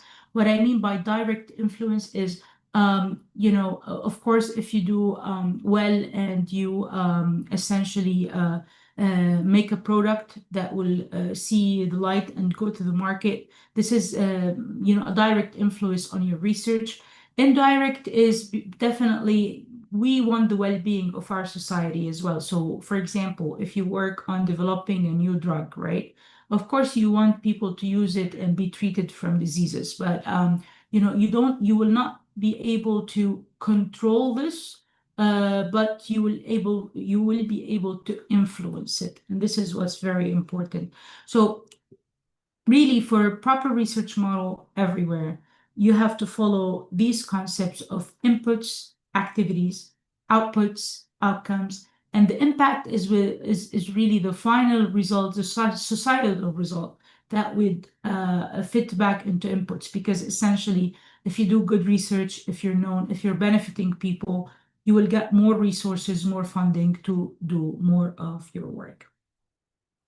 So, how to boost the impact of your research. And, this is a point, in older, let's put it this way, presentations, I don't think that people used to talk much about it because it's not a big thing. But I think all of you guys, and I'm sure a lot of the students listening are the Gen Zs of this world, will relate more to what I'm saying, because now I mean, even if you want to promote a product or anything, I mean, social media platforms, the Instagrams, the TikToks, the YouTube, all these stuff are, what helps you get closer to the people, okay? Because in the end of the day, you want to make people, or you want to make your research known. Okay, so let's put it this way. So I want to tell you a little bit on strategies that we also use, here to boost the impact of our research. The first one is hooks. You should be able to explain your research to, a person maybe who never went to a university. So using layman's terms to explain what you're trying to do. And this way you hook people, so you get them excited about what you are doing and, more motivated to know more. Social platforms, I'm not gonna, dwell more. I think everybody in this workshop now knows the influence of the social platform, and obviously we want to use it for the greater good. But publishing stories, publishing short explanation about what you're doing, nice images. So avoid big paragraphs and because not everybody, I mean, all of us know that sometimes when you're scrolling, you don't want to read too much. But if you see like a picture or a nice video, you would actually look at it. So try to use these kind of ways, illustrations, videos, to attract attention to your research. Now, stakeholders, and this is very, very important. We are very lucky to live in a great country where, especially the government, gives a lot of support for new initiatives and new projects. So, don't wait for everything to come to you. Try to reach out, talk to people. I have the pleasure meeting people from the RDIA, especially Dr. Mohammed Ataibi. They're very open to new ideas. They're really there to help. So I suggest, definitely you reach out to your stakeholders, especially when it comes to government. Again, talking to media, so giving TED Talks, or talking to your local newspaper or Arab news, or reaching out to them with your interesting stories. This puts a spotlight on research. And when you get the spotlight on your research, by the way, you will get the funding and the attention you need to grow it and to take it to the next level. And most importantly, you'll get what you need to publish in high impact. So you'll have a good impact publication. Now, it's very important to look at how to stimulate scientists and high impact research. So what I mean by that is, I have these steps that I think is very important. And I think I saw one of the questions that, we're hoping to address all the questions, but one of the questions that caught my eye, and it's pretty much very linked to the idea on how to stimulate scientists and high impact research, is I think Dr. Manal asked, how can I stay motivated? So she asked about motivation. Now, I would say that to be able to do high impact research, you definitely need to keep your motivation. Now, I know that a lot of stuff will bring you down. You will not have resources, your proper lab to do stuff, proper chemicals to do stuff, I don't know, proper computer to run stuff. And stuff would push you down, I understand. But the only thing that you need to keep on, and this is really my advice, is to keep your passion and motivation, that you're going to get over it and resolve it. Because this is the main thing that will drive you to do a high impact. So you need to build a positive research culture, okay? If you're going to feel weighed down and, stressed and so much and so forth, say things will not move in the direction that you want. So build a positive research culture, design for promotion policy. This is what I talked about in terms of social media, talking to people, reaching out, provide training on publishing. And if your university, this is mainly target to universities and administrators, if it's not available, there's plenty of courses and stuff that they can do online. Very importantly is to raise the number of Arab researchers on editorial board. I can tell you that we are not lacking any smartness or any intelligence. As Arab researchers, we can be everywhere and we can do great. We just need to be, in the right place with the right resources, and everyone, I'm sure, or almost everyone, can do great. We need international collaboration because this is important. It shows that we can reach different people and we can agree on different topic. Guarantee access to published research. This is very important. This is also institutional. I mean, as an individual, it's hard for you to do, but you should be able to access literature so you can build your own research to publish high impact. So all institutions should have access. For example, I talk from a chemistry point of view, for example, to the American Chemical Society publication, to the Royal Chemical Society publications, because you can access all this research so you can build your own research. So it's very important to have institutional access to these databases. Of course, maybe one of the most important is the long-term funding. I realize that many times people get 1 or 2 year funding, and especially, for example, people doing biology work, this is not sustainable because it takes longer to do these kind of experiments. So what I want to say is we want to be, or try, depending on the nature of our work, to promote longer term funding, because sometimes you need that to complete and to wrap up the project and publish it high impact. Now, do not limit academic freedom to choosing research topic. And this is, an example I will show you in a minute, because I'm a chemist, but I'm doing projects that not necessarily people see directly as chemistry. So you are a scientist, so don't limit what you know and what you can do in the topic of your major, because the best results happen when you actually try to dwell and talk to other people and to do new ideas outside your comfort zone. This is how you become innovative, and high impact journal really would like to publish your work. Then I think this is a point that Marc mentioned, Professor Genton. Decrease tension between scientists and policymakers for immediate innovation. So tension, stress, and all these issues, between your own, by the way, own team and your team and the government or the people in your institution or university is very important. You need to have a better way to communicate and, so things can happen, because I think all of us know that there'll be tension, there'll be discussion, maybe loud discussions, and then nothing gets resolved. So this is very important, and not a lot of people talk about it. And finally, encourage industrial leaders to step up and support fundamental research. We're also lucky in Saudi Arabia that we have big companies. I know all of us talk about Aramco, but there is SABIC, there is Al-Marai, there is NADEC. There is a lot of companies that do have budgets for R&D, and I think we should engage these companies more to invest in academic research, and that will help definitely push the academic wheel further. Now, just to let you know that all over the world, and this is a new study published in Nature 2025, people look at research output as the best way to measure or research assessment. This is how you assess research. But you need to know that there is a lot of points that people take into consideration, such as funding, collaborations, international collaboration, memberships in royal, in professional societies, mentoring, teaching. So I know that a lot of time we talk about publishing in high impact, but publishing does not necessarily just publishing your latest science. You can publish on many topics that has to do with research, and not a lot of people do it.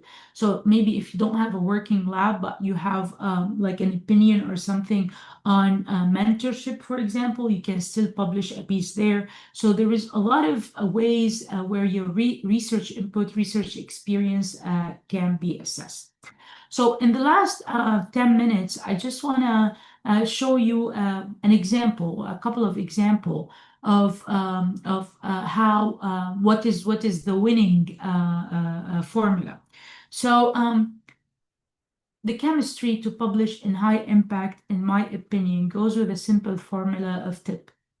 So TIP stands for the topic, So this is the topic of your research, because if you want to be, you know, well recognized, publish in high impact, your topic needs to be timely. It needs to be, you know, if it's published a lot, talked about a lot, you know, doing the same thing would be just incremental. So you need to look at innovation. Sometimes it's simple ideas, by the way. Innovation does not mean it's very complicated idea. Sometimes the simple works best, but it has to be innovative, meaning it doesn't, you know, it's not worked on before. Maybe you take something that's very well known, but you present it in a different way, and you way a better way. And this is what I mean by choosing the right topic. Now, infrastructure, this is very important because we cannot conduct especially wet lab experiments without proper infrastructure. You need the proper labs, the proper consumables, the proper chemicals, the proper core labs, and Professor Arwa gave a nice introduction to KAUST. We were lucky to work early on in our infrastructure core labs, and you know, we have you know, a warehouse for our chemicals and consumables. And this is a model that I'm sure all the universities in Saudi Arabia can copy. So working model and give you proper infrastructure to support your research. Most importantly, people. Now, this people, the topic of people, I'm sure that we're not lacking of excellent minds, great people in Saudi Arabia. So I'm sure we have that already in all the universities. And I think we just maybe need to focus more on the topic and the infrastructure. Now, what we also need is a little bit of luck, because even if you had all these three, maybe you will not publish high impact because you still get editors and associate editors and reviewers. But, you know, sometimes a little bit of luck will go a long way. Now, an example of how this tip will work. So I'll show you a couple of examples of my own work and how, you know, the idea of tip will work. So I will give you, I'm always inspired by nature. So, and a lot of great people around, you know, history talked about nature. Leonardo da Vinci said nature is the source of all true knowledge. Albert Einstein said, look deep into the nature and then you will understand everything better. And so, I mean, I hope all of us see that, you know, if you look around us, you can actually get a lot of great ideas just by observing nature. And so one of the first things that I observed when I started at KAUST was that we have a lot of algae on the Red Sea. And most of this algae is actually, when you clean from Jeddah, you know, beaches, and you clean from all the West Coast, and I think probably the East Coast, they just clean it and throw it away. And I was telling my students, this is, you know, really too bad, all this, you know, a natural resource, and we just have to collect it and throw it away. And after reading a little bit, I realized that, you know, this stuff can have a great content of polysaccharides, okay, especially sodium alginate. And sodium alginate, by the way, is a food thickener. So it's used in almost, if you have a Pepsi can or a potato chips next to you, you will see that they have sodium alginate. So the sodium alginate is used in almost all the food industry. And so we looked at, you know, just taking this from here, the local beach, tried to extract it and get the sodium alginate out. And for our, you know, surprise, we got a really good quality of this material. And what's really interesting is we tried to actually make biodegradable plastic out of it by just cross-linking it in the lab. So we took the rough extract, and this is a video, I hope it works. Yes, okay, and you can see that we actually made this plastic from the algae. And you would think that, you know, it will dissolve in water. It does not dissolve, but it will biodegrade with time. So you can use it for packaging, for wrapping. It's very durable, and we can actually look at you know, how thick and how strong it is. So we can tune the mechanical properties just by looking essentially at the beach nearby.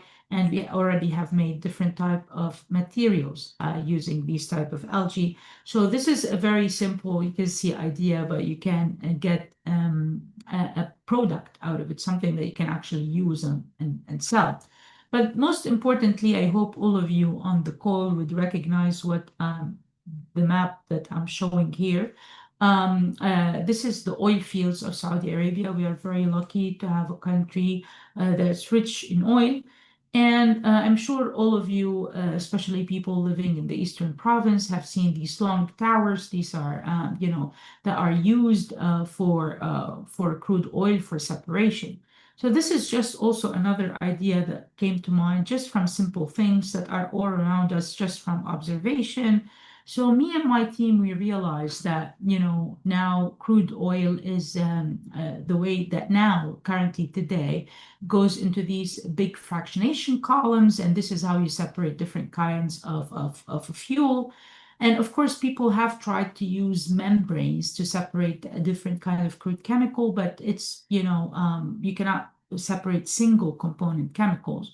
So what we decided to do is we use molecular sieving. So we designed a molecule that essentially is like a pumpkin, as you see right here. I hope you can see it. It can selectively use stuff out of the crude oil. So we can essentially wash the crude oil with no energy, no fractionation. And we can actually separate cyclohexane from benzene. We can separate essentially just aliphatic from cyclic hydrocarbons, and you can see the extent of extraction, or the average that we get is pretty high after separation. And I'm not going to bore you with a lot of data, but essentially this came in a timely manner because it went online yesterday. And honestly, from a simple idea of just separating separating crude oil, we got a high impact factor high impact paper, and that was just published yesterday. And I'm sure it's going to get a big response because a lot of people are trying to separate chemicals directly from oil. So we hope that we are here at KAUST trying to help in this direction. Now, again, I go back to the people. I have a great team, international team that work with me on this, and definitely I cannot have done any of the work that I do without all of them. And I have some resources. I know some people in the comments asked about this stuff. I think we'll consult with Professor Arwa to see if we can send you a copy of these things with these resources. I want to thank you for your time, and just say that if you're interested in joining the team here at KAUST, we always have openings for internships. And if you have any questions, especially on physical science and education, please feel free to email me. Happy to take your questions.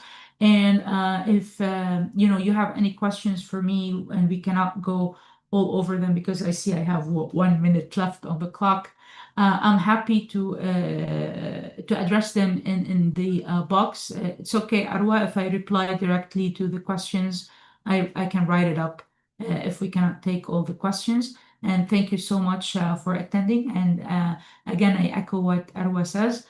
We hope to welcome all of you, most of you here at KAUST. Thank you. Thank you very much, Professor Niveen. This was very insightful. I'm just going to take one question for the sake of time, and then we have a 15-minute break. The question is from Hala. Thank you for the insightful presentation in the slide model, which outlines how inputs lead to activities and outputs and eventually impact.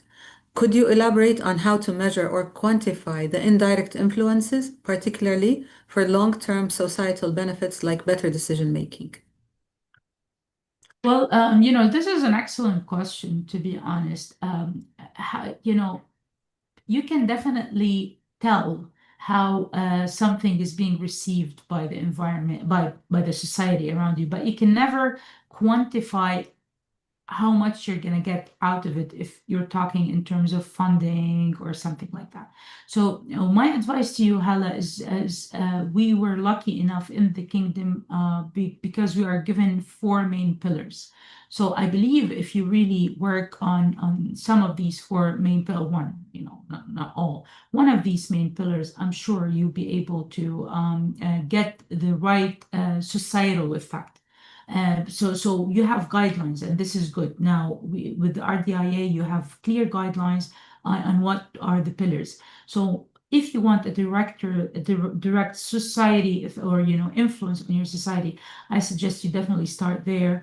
And when you start there, you can definitely grow in your effect depending on the data that you get. So I hope this helps.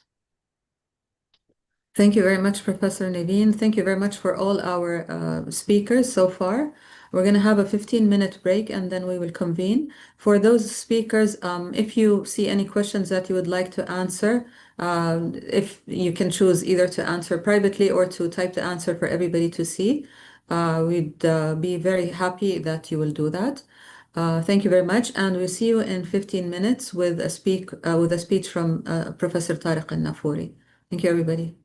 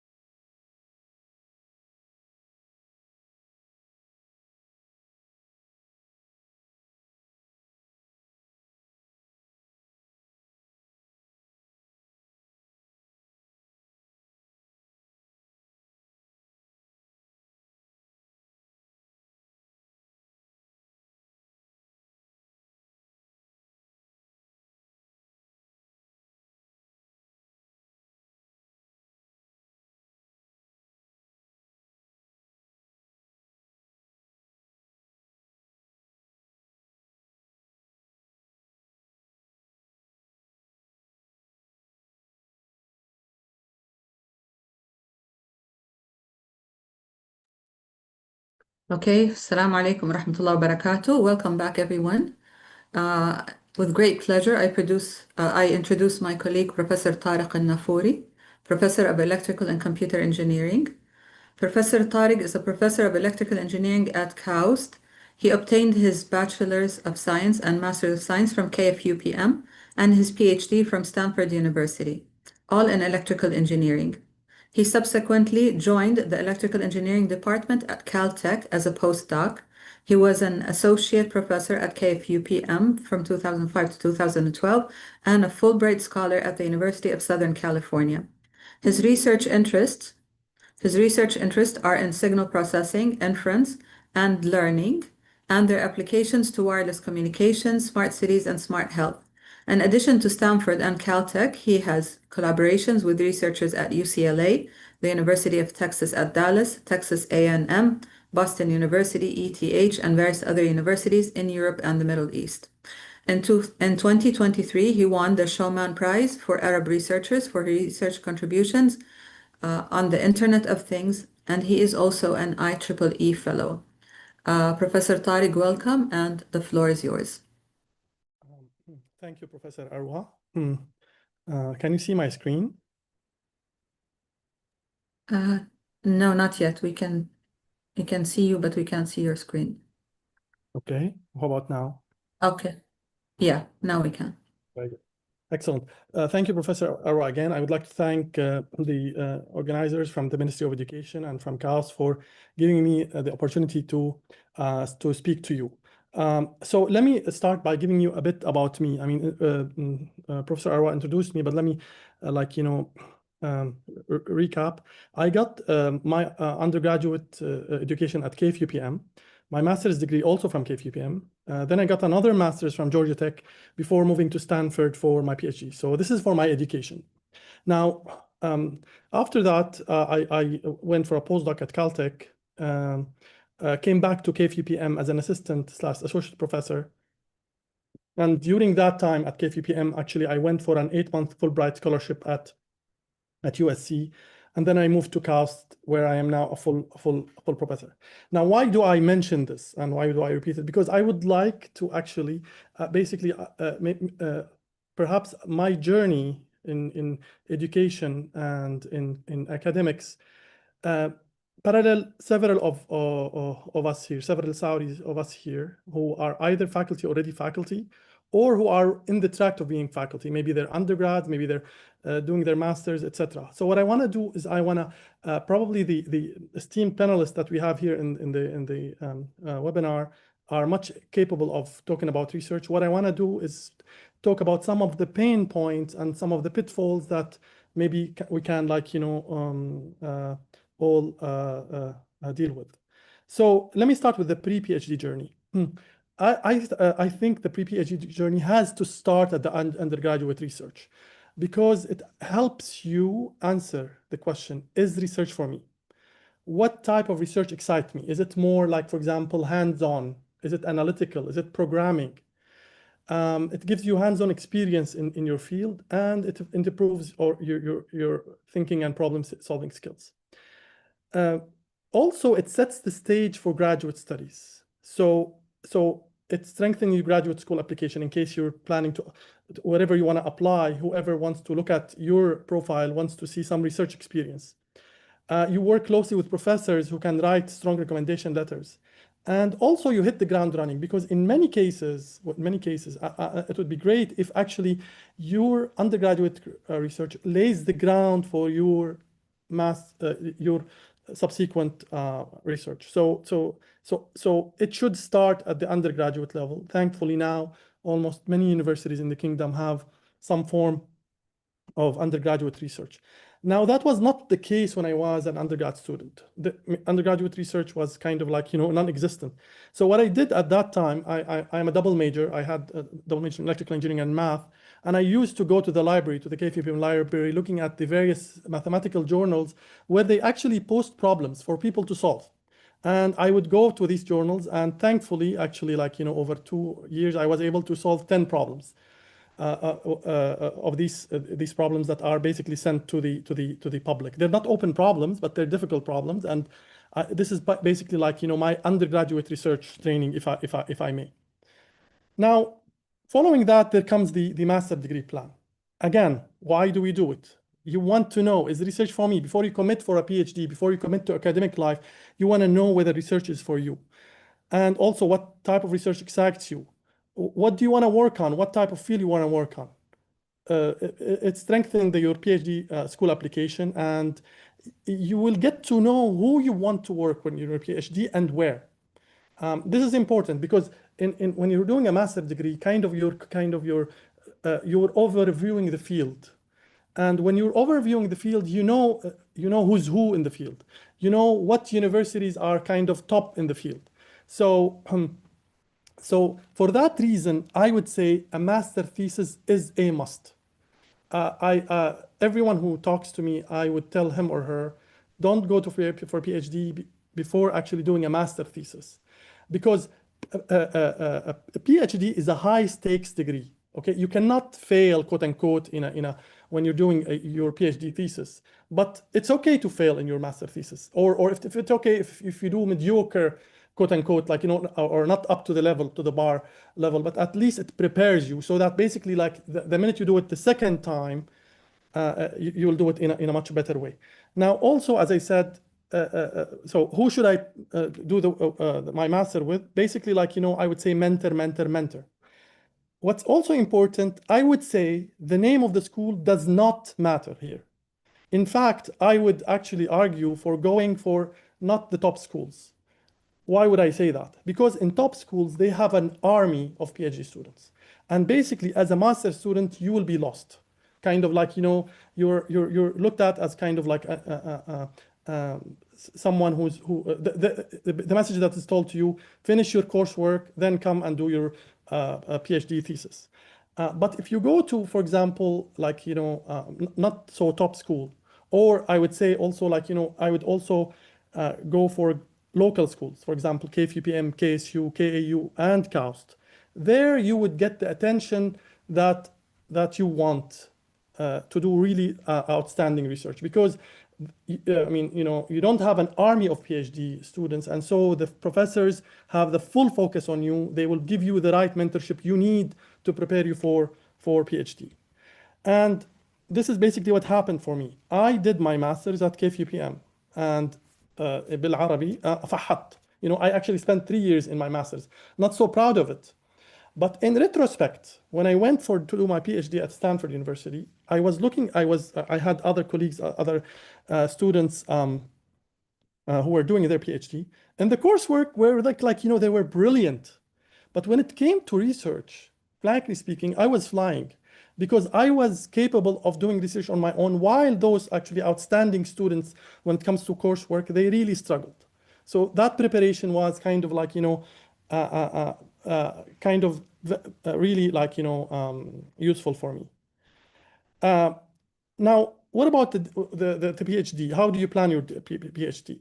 So how do you choose your destination? I would say, again, like just on the master's, mentor. Who's your advisor? What's the research fit? How are the resources and faculty in your specialty that you have discovered while doing your master thesis? Also, I would say here, as opposed to the master's degree, I would say the name of the school matters, because it's a terminal degree. Whenever you are asked as an academic, people don't care where you got your undergrad or your master's. They will ask you where you got your PhD from. So it's a terminal degree. And here I want to say that, for example, when I applied for PhD, I did not apply to MIT. I applied to Stanford University. Now, I say that although electrical engineering is almost always the top at MIT, but still I chose Stanford University. Why is that? Because the master work prepared me for that.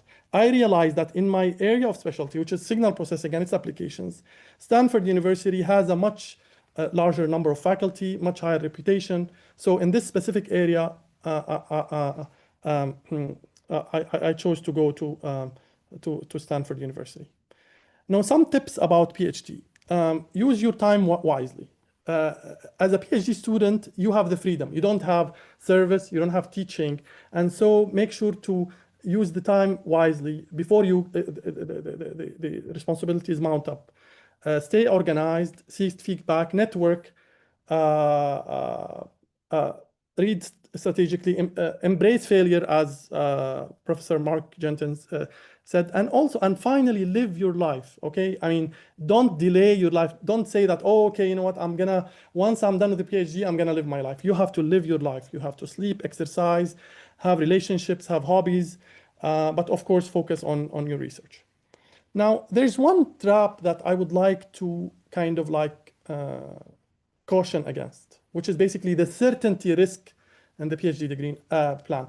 And this in particular applies to my fellow Saudis who are going through the track of like, graduate assistant, lecturer, and then PhD before coming back to assume their academic position. When you have now, thanks to our government, we have a very, very generous support of our education, including self-funding PhD. However, the risk here is the risk of slacking. There is no external pressure on you. Your advisor might not need to be accountable. In fact, sometimes he or she would admit you because you have free funding. So you need to be careful about that. And he or she might give priority to other students who can bring other sources of funding. You have your funding, and basically and I've seen basically during my graduate studies where students will jump from one advisor to another because, for example, they face difficulties and they have their own funding, and basically they end up not doing well enough. The other downside of certainty is basically having a secured position after graduation. Now, usually, basically, in this case, the advisor has less incentive to push you. Usually, advisors, what they want at the end of the day, they want the student, of course, to do very well. That's one. But they want to also help the student secure a position after they are done. But when you have your own position afterwards, basically, you might graduate with a bare minimum, and that basically affects the rest of your career.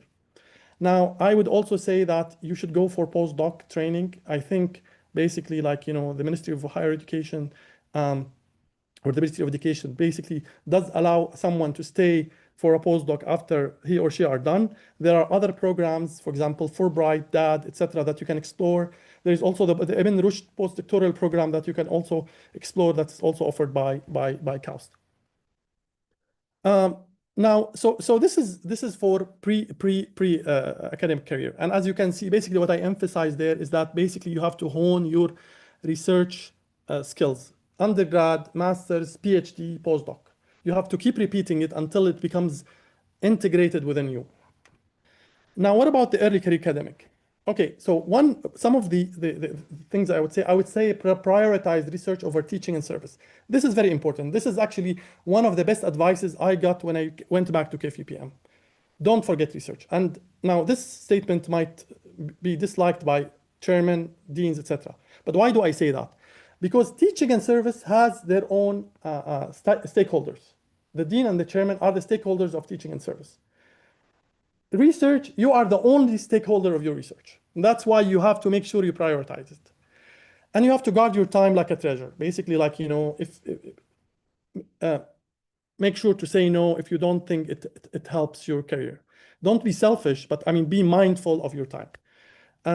Make sure to schedule uninterrupted blocks of time for research. Just like you have a schedule for your classes, do schedule your research. Maintain research continuity. If you leave a project, if you read a paper and come back to it 1 week later, there is a relearning tax that will happen. So you need to kind of be mindful of that and confine the teaching preparation time. You need to do well in teaching, but teaching, as they say, is like gas. If you let it, it will occupy the whole space. Now, also, when it comes to publications, I would say as a young academic, you are the top expert in your niche, the niche that you have basically kind of mastered in your PhD. So it helps you stand out. What I would say, focus on the niche, because at this early stage, really numbers matter. I would not go for kind of high risk endeavors. I would focus on the niche, try to have good number of publications in reputable places before branching out. Now, Another thing I want to say also, beware of the administrative black hole.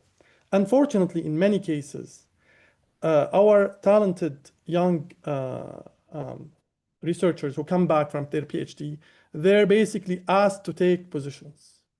And unfortunately, when they do, it's a one-way street. It's kind of like a football player. The minute he goes out, he's cold, he's kind of like, he's not ready to come back to play again.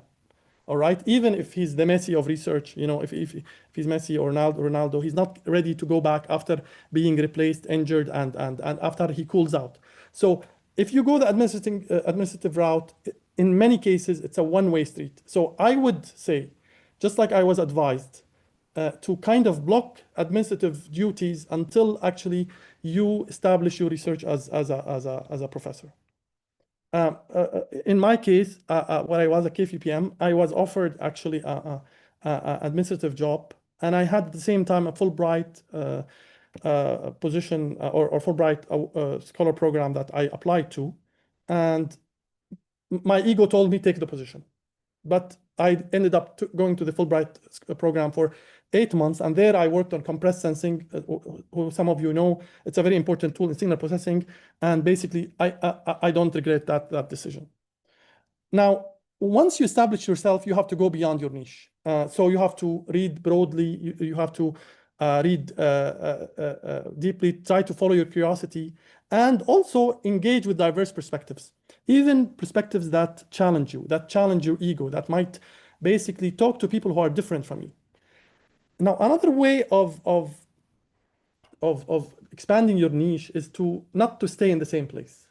So I strongly recommend that actually you go out in the summer, or if you have a sabbatical, to go out and do more research experiences. I mean, it will allow you to get exposed to diverse ideas, avoid intellectual stagnations, expand your network, get mentorship, etc., etc.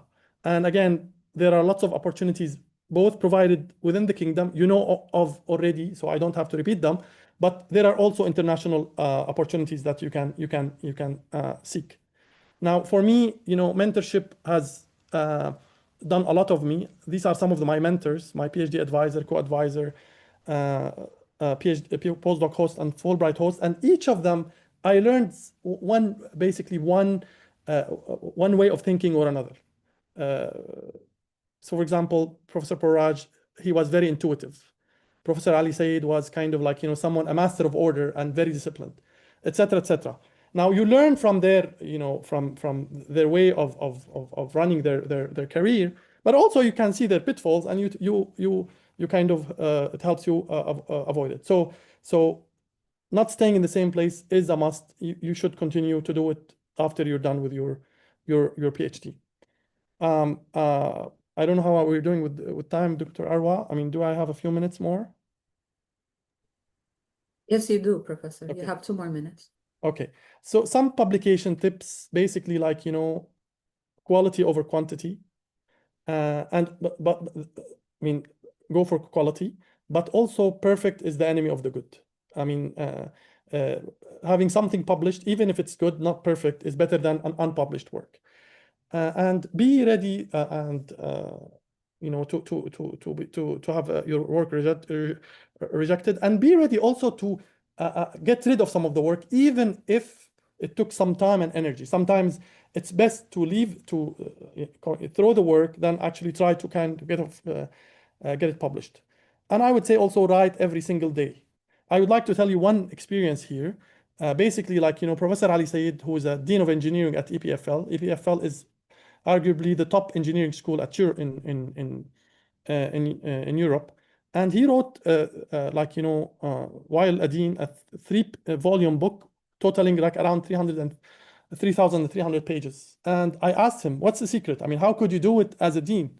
And he said what he said to me, just one single sentence: I write something every single day, even if it's 30 minutes. I write something every single day. And the message here basically goes beyond that. Basically, research continuity. You cannot start a project, leave it like 2 weeks, and then come back to it. As I said, the tax of relearning is too much. Now I want to end with one last point. Many of our colleagues here here might be in like, you know, in undergraduate universities that might not have graduate programs. So is research possible without graduate students? The answer is yes. You actually can work with undergrads. And you can collaborate with partner universities who have graduate programs. So those top undergrads that you have, you could like, you know, have them work while they're in their undergraduate education. You can recommend them to your colleagues who have graduate programs like KAUST, like KFUPM, like KSU, and basically you can continue to work with these undergraduate students. Try to align your teaching and research. So let me end with these two cases where I show you the value of the undergrad. And I show you that the fact that undergrads are a gold mine. The first example is with Arfat University. As you know, Arfat University is an undergraduate university. They might have some graduate programs.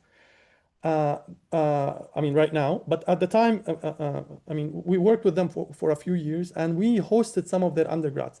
They would come as summer interns. Some of them would come for even 2 summer interns before they graduate. And what ended up happening, this is in collaboration with Professor Haitham Dahrouj, who was a faculty there. Basically, like, you know, we had this list of students working with us. Some of them ended up becoming graduate students in Canada, and some of them ended up graduate students in KAUST. And they're top students, frankly speaking. And what I want to say is that these are gold mines, you know, that you institutions have. You can use them as a way to collaborate with other institutions who are more kind of like, you know, fortunate to have graduate degrees, they might have more resources. And this is not just, you know, something that happened with Arfat University, it happened also with Hayal University, with King Abdulaziz University. Another example is basically like, you know, excuse this very busy slide, this is my last slide. This is a project that started as a summer internship project at KAUST. It's a student, Omar Khalifa. He used to be an undergraduate student at KFUPM. We worked with Professor Hisham Al-Sawi, also a faculty at KFUPM, in this undergraduate, in his summer internship. Omar went back to KFUPM. He did his capstone project, and he came back to KAUST to do his master's degree. And he continued to work on the same project starting from a summer internship, capstone, master's, and now he's continuing his PhD. And all of this is continuing to be a collaboration with Professor Hisham Al-Sawi. It resulted in several projects with Knio, with Aramco, etc., etc. So, you know, sky's the limit. You know, you can still do like, you know, exciting research even with your undergraduate students. So that's all I have to say. Thank you very much. I'll be happy to ask questions if there is time.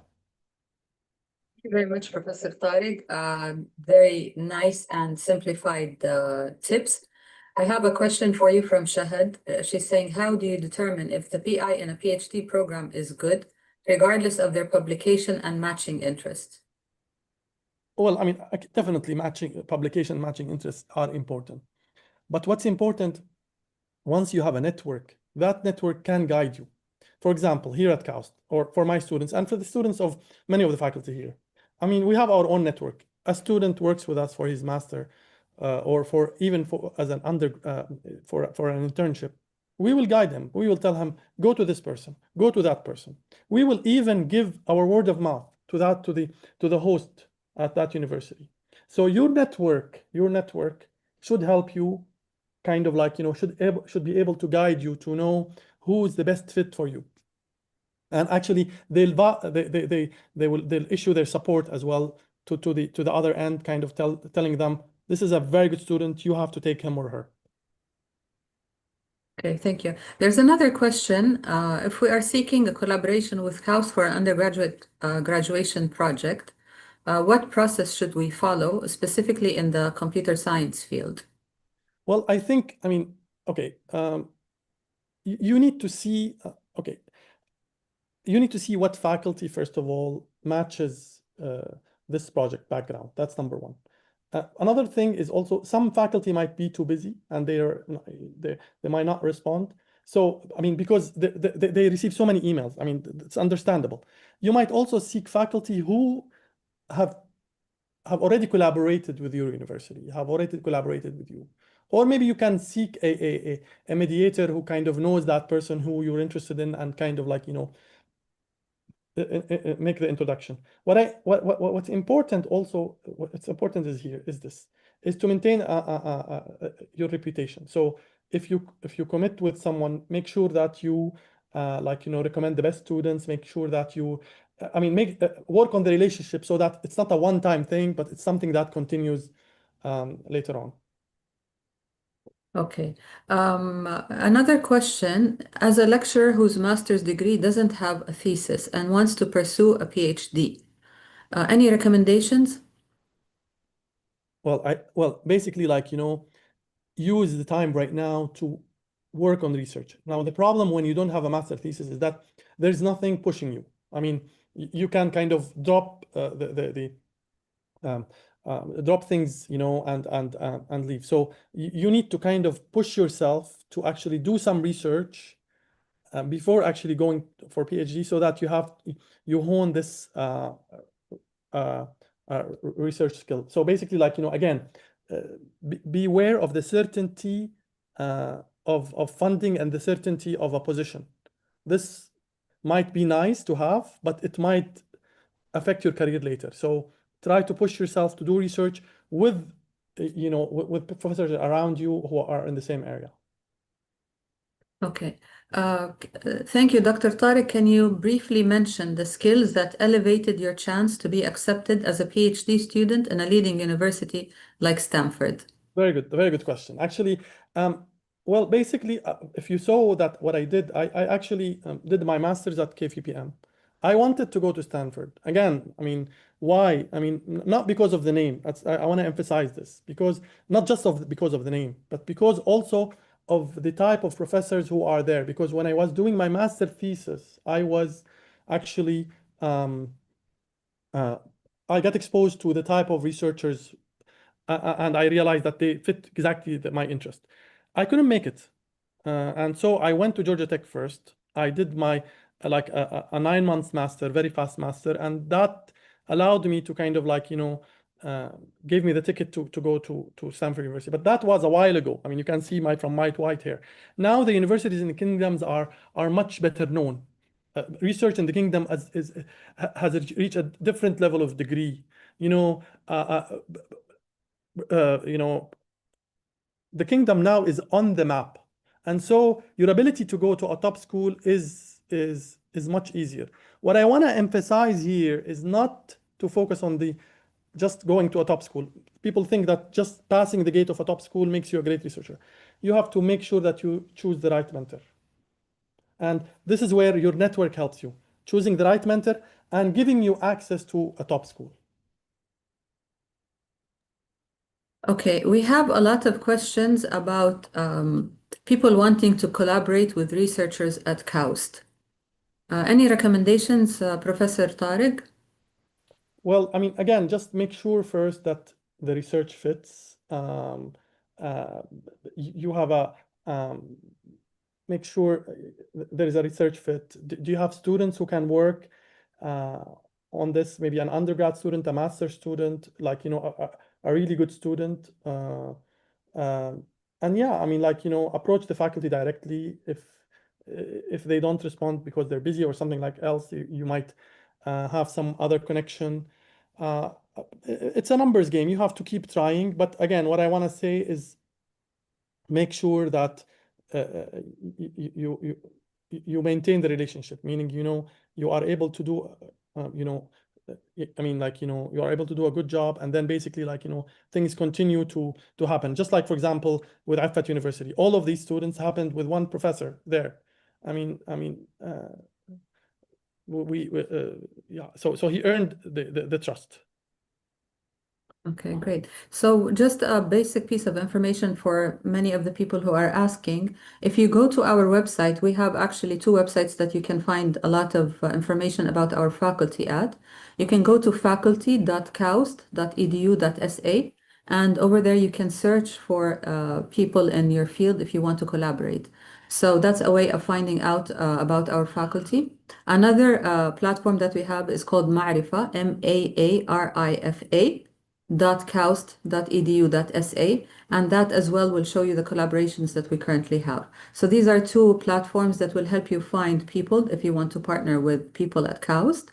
The other thing is that on our website, you will find a lot of opportunities for internships. So a lot of our faculty will put a research idea or research topic. And if you're interested, then you can submit your application through that website. So you can look for our internships and our exchange programs.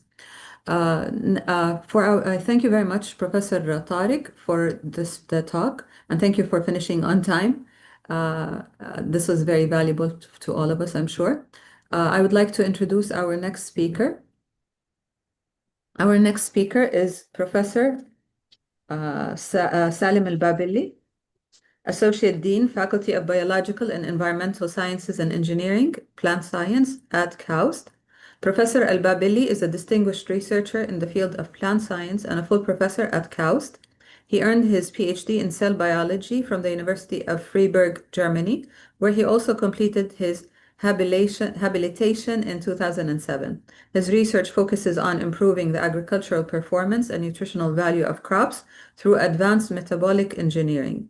He is internationally recognized for his pioneering work on carotenoid biosynthesis, provitamin A biofortification. Again, I'm not very good at biology-related terms, and the discovery and functional analysis of novel plant signaling molecules.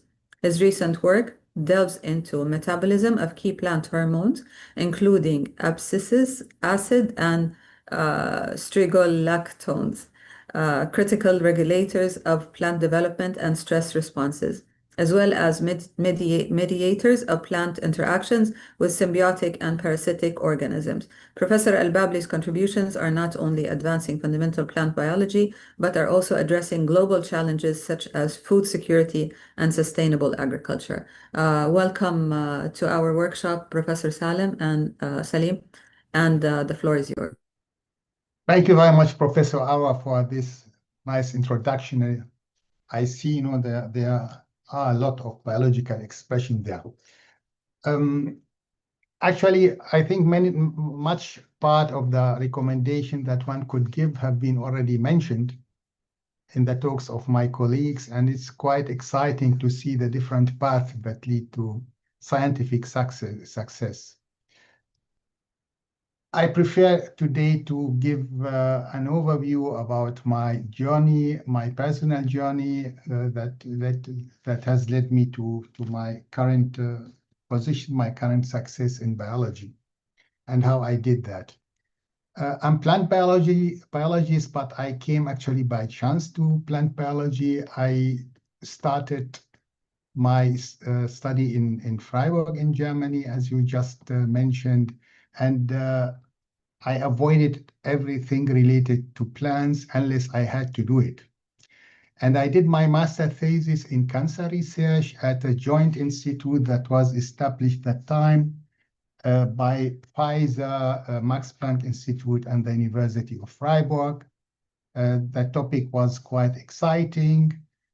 However, unluckily and probably luckily, during the writing of my thesis, the institute has lost the funds and they decided to close it. The original plan was to continue from MS to PhD.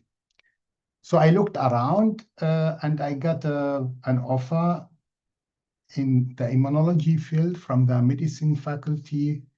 The topic sounds very interesting, but as a biologist, I needed to find a supervisor from the biological faculty. So I went back to my former professors and I met one of them, and he looked at me and asked me, I would supervise you, but are you sure you want to go into this direction? He was actually questioning the scientific depth of that particular group. So I asked him, do you have anything else? Do you suggest me a different topic? He told me, come tomorrow in my lab. So I went the next day to his lab, and he spoke to me about carotenoid biosynthesis. That's something that I never heard about before. And he offered me a PhD. project. Just 1 minute, please. Can you see my slides? Yes. Okay. He offered me a PhD project about determining the pathway, the biochemical conversion reactions that leads to carotenoids. Carotenoids are known as beautiful pigments, such as the yellow pigment here in daffodil flowers. The idea was to understand the biochemical pathway and to identify the genes responsible for it. Of course, this didn't sound very attractive for someone who was working in cancer research and was interested more in the medical part of biology. However, he spoke further and told me that is a quite challenging story. You need to establish a cDNA library from daffodil flower. cDNA library means a collection of transcribed gene from this particular tissue, and you need to clone the gene and understand their function. This sounds quite novel and quite challenging. As you can see here, I put the recommendations, also the suggestions as headers in my slides. So I started the PhD, and it was not simple, but I managed to establish the cDNA library from daffodil flower. This was the first time that something like that has been done. I cloned the gene, but with the time, I lost the excitement about the whole topic.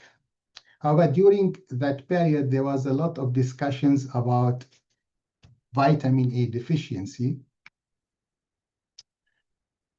A vitamin is something that makes you ill if you don't eat it. That is the definition of the Nobel laureate, Dr. Albert St. George. And that is, of course, valid for vitamin A. Deficiency in these vitamins has severe impacts on health. It can lead to blindness. Xerophthalmia is the mild form of the eye diseases that can be caused by vitamin A deficiency. It has a severe impact on the immune system. It is still the major reason for childhood mortality. It's affecting preschool children and pregnant women, and it is still a major global health problem. There was a meeting organized by the Rockefeller Foundation in New York where they discussed using genetic engineering to solve this problem. The idea was to take genes from plants or bacteria and introduce them in rice. Why rice? Because rice endosperm is free of carotenoids, free of provitamin A. Carotenoids are provitamin A. They are converted in the body to vitamin A itself. That's the first reason. The other reason, the problem of vitamin A deficiency is particularly severe in Southeast Asia, where people are consuming rice as the major staple food. So we got the idea, why not using the daffodil gene that we have been cloning and working on all the time to produce provitamin A in rice endosperm. We started this project, and I got a fellowship from the Rockefeller Foundation. This was at the end of my PhD, so I got a fellowship for postdoc. And we worked a few years with a lot of setbacks. We tried different combinations of plant enzymes. They worked only partially. At the end, we combined an enzyme, a gene from daffodil, a bacteria with a bacterial gene that can replace several plant enzymes, several plant genes, and got the unexpected success, which is getting the rice endosperm yellow. Yellow indicated the presence of carotenoids. What you see here is actually the original picture of the original golden rice that was published long time ago. You see now golden rice, how it looks like after a lot of improvement and many breeding efforts. Of course, the project has attracted a lot of attention. You see here the picture of Ingo Patrikos, one of the two corresponding authors, and the leaders of the project at the time, on the time. I went around, of course, and tried to make our success public. You see here, this was published in Bias also a long time ago when I was young. Now, I spent a few years working on the improvement of golden rice to get it to something that can be planted by farmers to solve the problem of vitamin A deficiency. Many people came, of course, and wanted to join this project, and many international institutes adopted it. So my task was almost done, and I noticed, I need to find a path for myself to work on my own career as an independent researcher and scientist. So I didn't go far away from that, what I have been doing. Actually, there is a very important metabolic process that takes place almost in all organisms, in all living organisms, which is the degradation, the cleavage of carotenoids. For people who are not familiar with chemistry, that is the structure of carotenoids. We cleave it, we make it smaller, we oxidize it.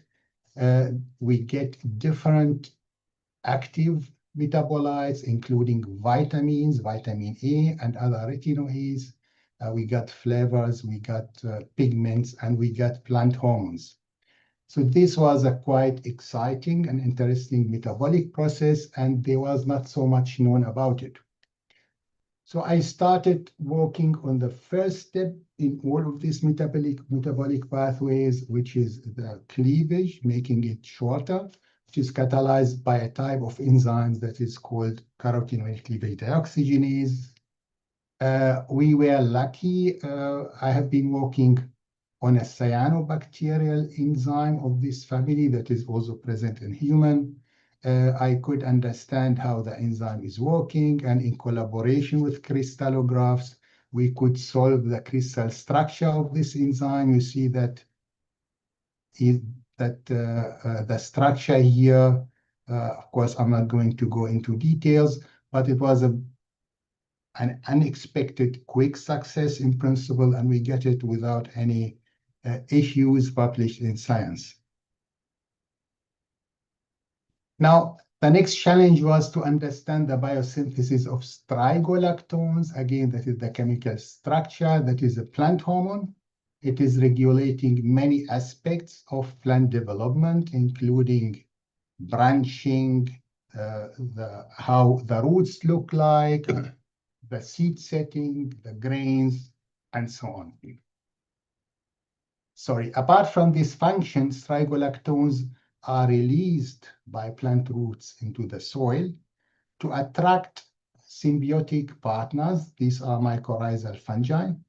This partner would live in symbiosis with the host, providing it with phosphorus, water, nitrogen, principle, giving it the nutrients that the plant needs. As a reward, the fungus would get products of the photosynthesis. This means carbohydrates that the fungus cannot synthesize by itself. So the plants are releasing this signal to attract the friend, to attract the symbiotic fungi. However, during evolution, root parasitic plants, the type of parasitic plants, have learned to co-opt this signal to get information about the presence of host in their neighborhood. So the same signal induces the germination, the seed germination of the root parasitic plants. The root parasitic plants builds usually a bridge to the roots of the host and uptakes nutrients of water from it. Now, when I started this project, there was not so much known about the biosynthesis of strigolactones. I'm not going to go into details here. There were 1, 2, 3, 4 enzymes that are known. However, based on paper chemistry, people proposed at least 7 enzymes to move from carotenoid to convert a carotenoid into a strigolactone. This seems quite challenging, and actually very difficult. We took a simple approach. We investigated the enzymatic activities of the enzyme that were known at that time, and we got a quite short pathway. Indeed, nature is much smarter than chemistry. I mean, paper chemistry, of course. Chemistry itself is also nature. We see that we need 1 to 3 enzymes to get to this structure that is similar to the strigolactone. We call this structure calactone. We found that is an unexpected activity of this particular enzyme because it's not just leaving, but also changing the whole structure. That's just for people who are a little bit familiar with chemistry. Now, back to root parasitic plants. One of the major root parasitic plants is called striga, also witchweed.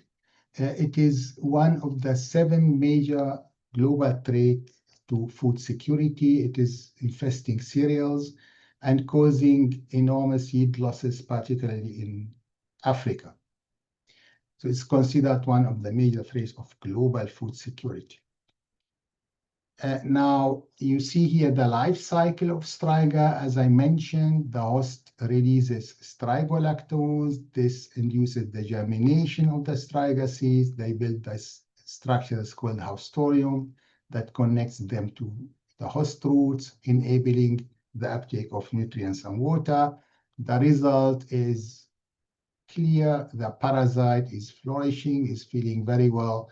The host is suffering, and that is the reason for the enormous yield losses that we see in cereals in Africa. Now, one simple idea that was in discussion was to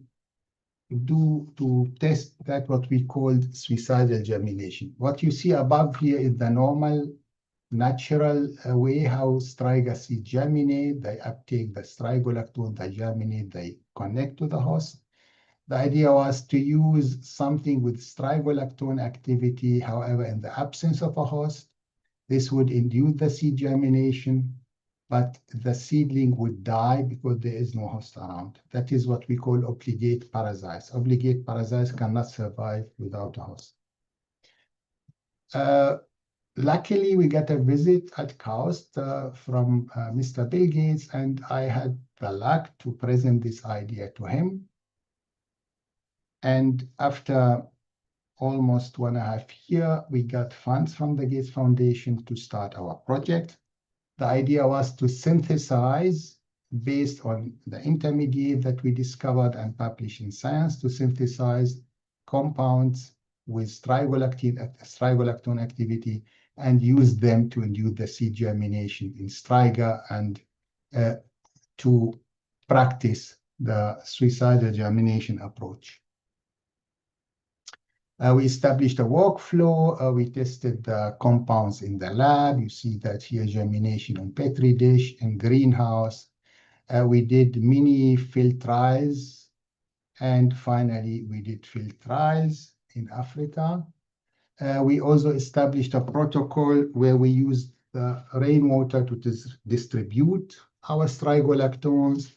This means we wait for rain, then we apply our strigolactone, the seeds would germinate and would die. The problem is that in major parts of Africa, agriculture is relying on rainwater, so we don't have enough water resources to bring your active compound to soil. And we started the work in Burkina Faso. You see that here, it's field trials. In the meanwhile, we have done many field trials in Niger, Burkina Faso, Kenya, and Tanzania. And the results are quite good, I would say. You know, we got a reduction up to 56% in striga emergence, which is a huge success. Well, we have now developed these chemistries in different formulations that allow us to bring them directly to soil or to spray them as liquid. See here, that is a granular formulation. And the story is going on. We just got $5 million from the Gates Foundation to continue our work, and I'm expecting to have a final product in the next 3 to 4 years. Now, apart from being able to recognize the chances, to recognize where the impact can be, in addition to be also a risk taker, this means to take opportunities that might appear a little bit not realistic for many people just because of their potential. You have to collaborate and build an efficient network. You have to be, of course, selective in your collaborators. You have to collaborate in high impact area, and you have to try to be in multidisciplinary projects. This leads to high impact papers, and to be a part of large consortia. That can be easy when you are working in the genomics area. You see here examples of some publications that were the results of large collaboration. That is the paper on the genome of quinoa published by KAUST. Here we collaborated with Khalid Salami and Ikram Bilulu. That was just published in Science Advances. These interdisciplinary collaborations are very important, and they are very fruitful, and they give you something that you would not get if you just stick to what you are doing all the time without crossing these borders between disciplines. And that is a further example that we published recently with Professor Khashab, where we put here expertise in nanomaterials with our expertise in developing novel growth regulators to get excellent results in filters. With this, I finish my talk and want to thank you very much for listening to me. Thank you very much, Professor Salim. This is very inspiring. We have a few questions for you. You have written in your notes, collaborate with influential scientists worldwide. As a young researcher, how can I get in touch with influential scientists worldwide and convince them to work with them? I mean, the easiest way would be probably to speak with the supervisor or the senior scientist who can create the connection. And many influential scientists are actually very happy when they get requests from young, enthusiastic, and dynamic students or postdocs, and they would respond to them. So I would say, directly just write to them, and the other way, try to find people who know them if they don't respond. Okay. We've had several questions about people who want to collaborate with researchers at KAUST. They are asking if they can have access to KAUST labs. They can have access to KAUST labs if they are admitted as visiting students. They need to have a supervisor at KAUST and select the right project. Then they can have access, of course, to the labs.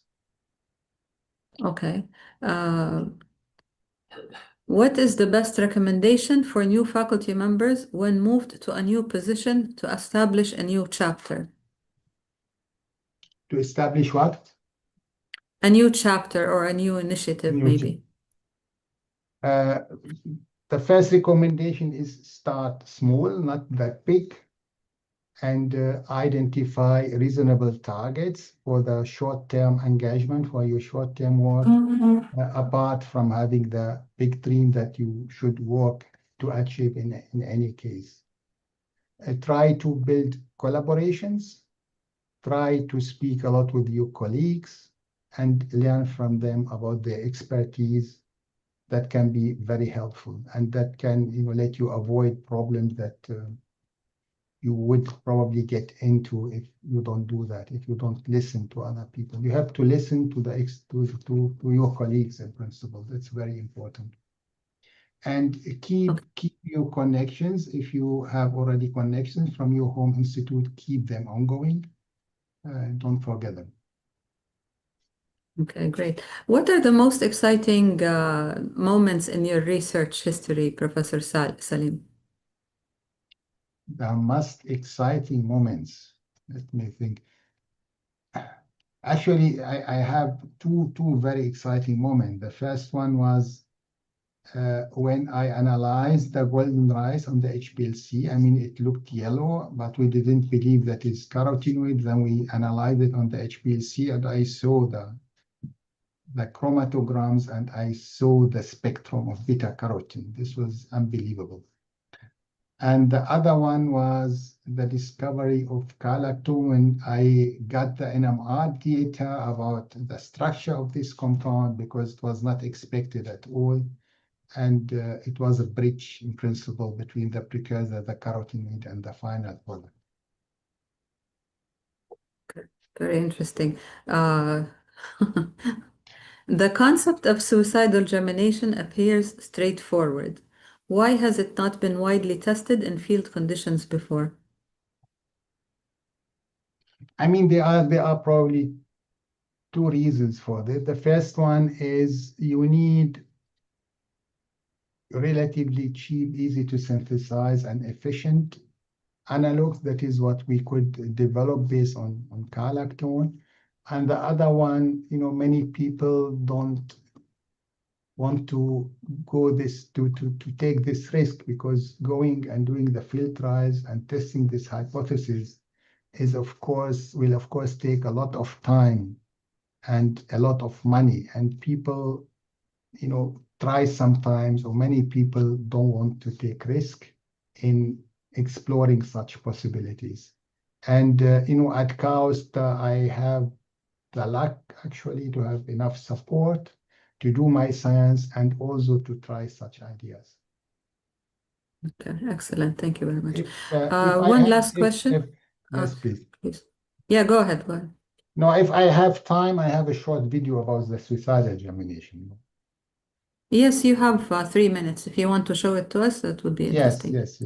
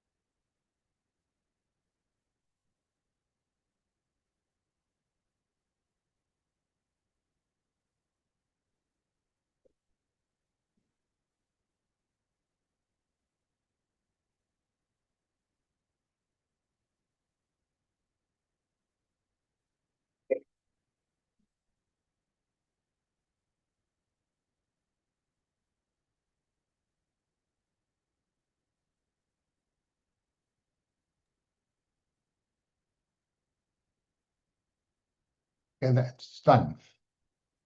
Okay, thank you very much, Professor Salim.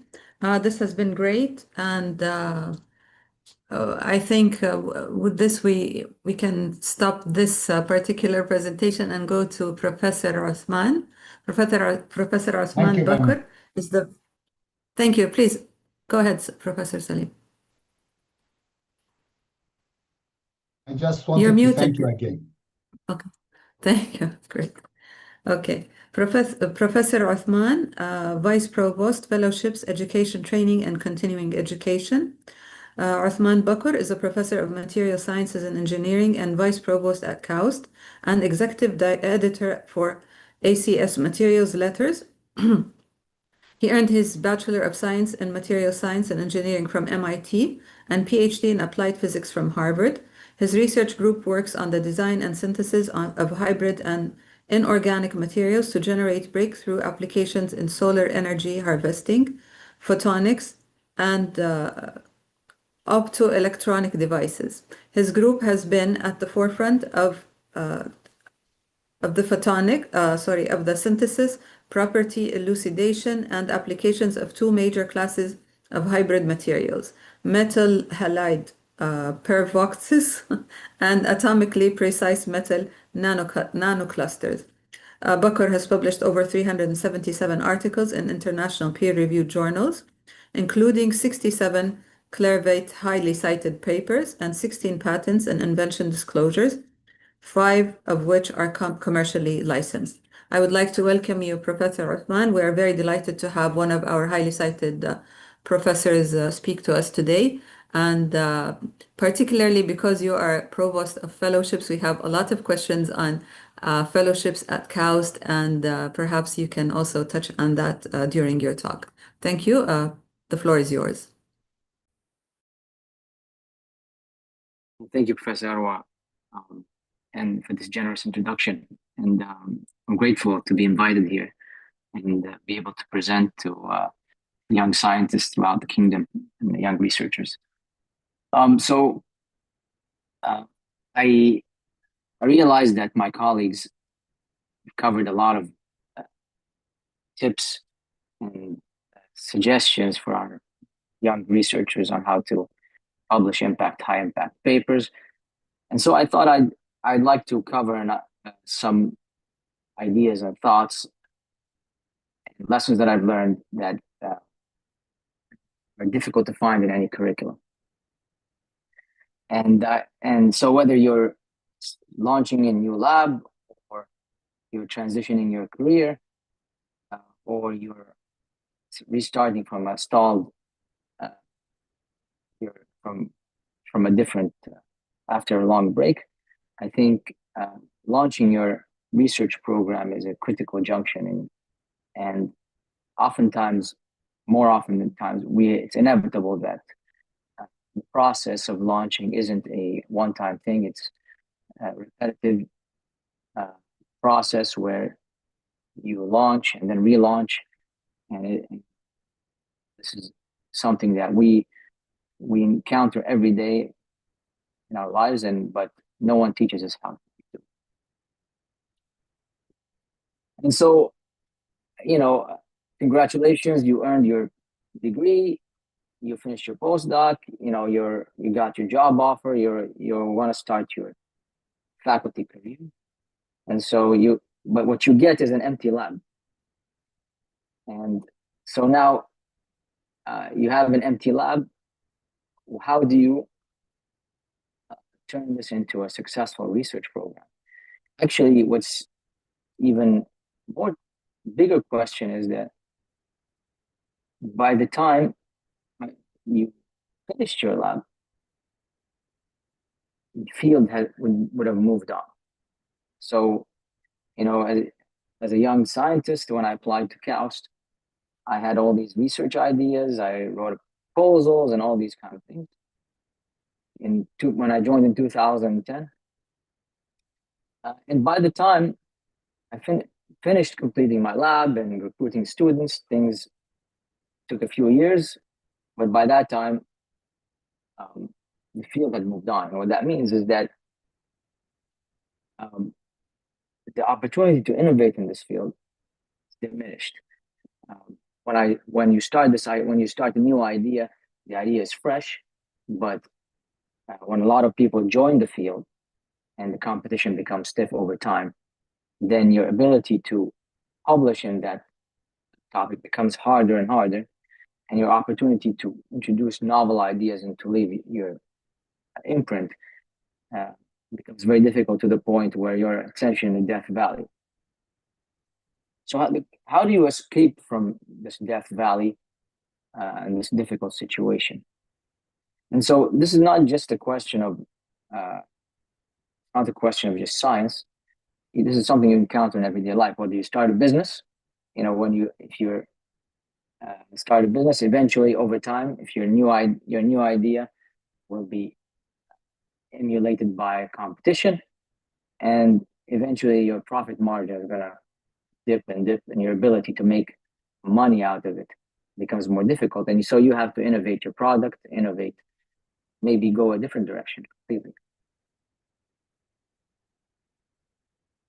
And so what I realized is that my education taught me, how to publish and how to teach, but actually much of the academic success or the skills that are needed for academic success are hidden beneath the surface. Okay?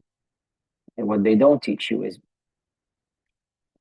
mindset. What is the mindset and strategy required to create a sustainable research program, to be able to stand up when you've stumbled and you fell on your face. How can you're going to be working with people around you, how can you get them together to work on an idea and convince them to do things that you think are interesting? These are your students, your collaborators, people in your network. So these skills they're not found, it's not easy to find in any curriculum. And typically you have to learn them basically on your own. And so I'd like to give some tips to our young scholars and researchers on some of the things that I found quite helpful. So hopefully that will make their learning curve short. So when you start in a field, and early in the field, there's the initial discovery phase where the field was just founded. There's a lot of whatever's new is worth publishing, essentially. It's easy to publish. It's easy to establish a name. There aren't many people publishing with you. However, over time, as more competition, as the field grows, which is a healthy thing, the field becomes crowded. The publication space becomes tight. It's difficult to contribute something new that the community will appreciate. So what you have to do is you have to figure out, how am I going to jump to a new field where the opportunity to innovate is high, and then I can restart this process again. And so this is I think, probably the biggest, most difficult question for any researchers and any young researchers, and even to this day, mid-career researchers, in any stage of your life. I think these are important. This is an important question. And so I have some tips and some advice based on how I've navigated such situations. So my first thought is to avoid, there's going to be when you find yourself trapped, there's always going to be a pressure to launch something big and to try to create a big splash on something else. But my advice is to avoid this pressure and to focus on smaller projects. Look for smaller, higher impact questions, just like Salim said. Like Salim said, things that you could address relatively quickly, but still have meaningful impact. Because what happens is that you try to take a big project, and it's big projects. Not only the risk is very high, the reward is very delayed, and that what happens is that your team, your students, get demotivated if they can't publish. They don't see their publications, if they don't see meaningful impact to what they're doing. And so if you focus on smaller projects initially, that allows you to build confidence in your team. And that creates momentum for bigger things. And that also builds your credibility in the field. Because eventually, once you have that credibility, you can start you'll see naturally that you're taking on larger and larger projects. And what happens is that when you take on these smaller projects, you start building new techniques and collaborators.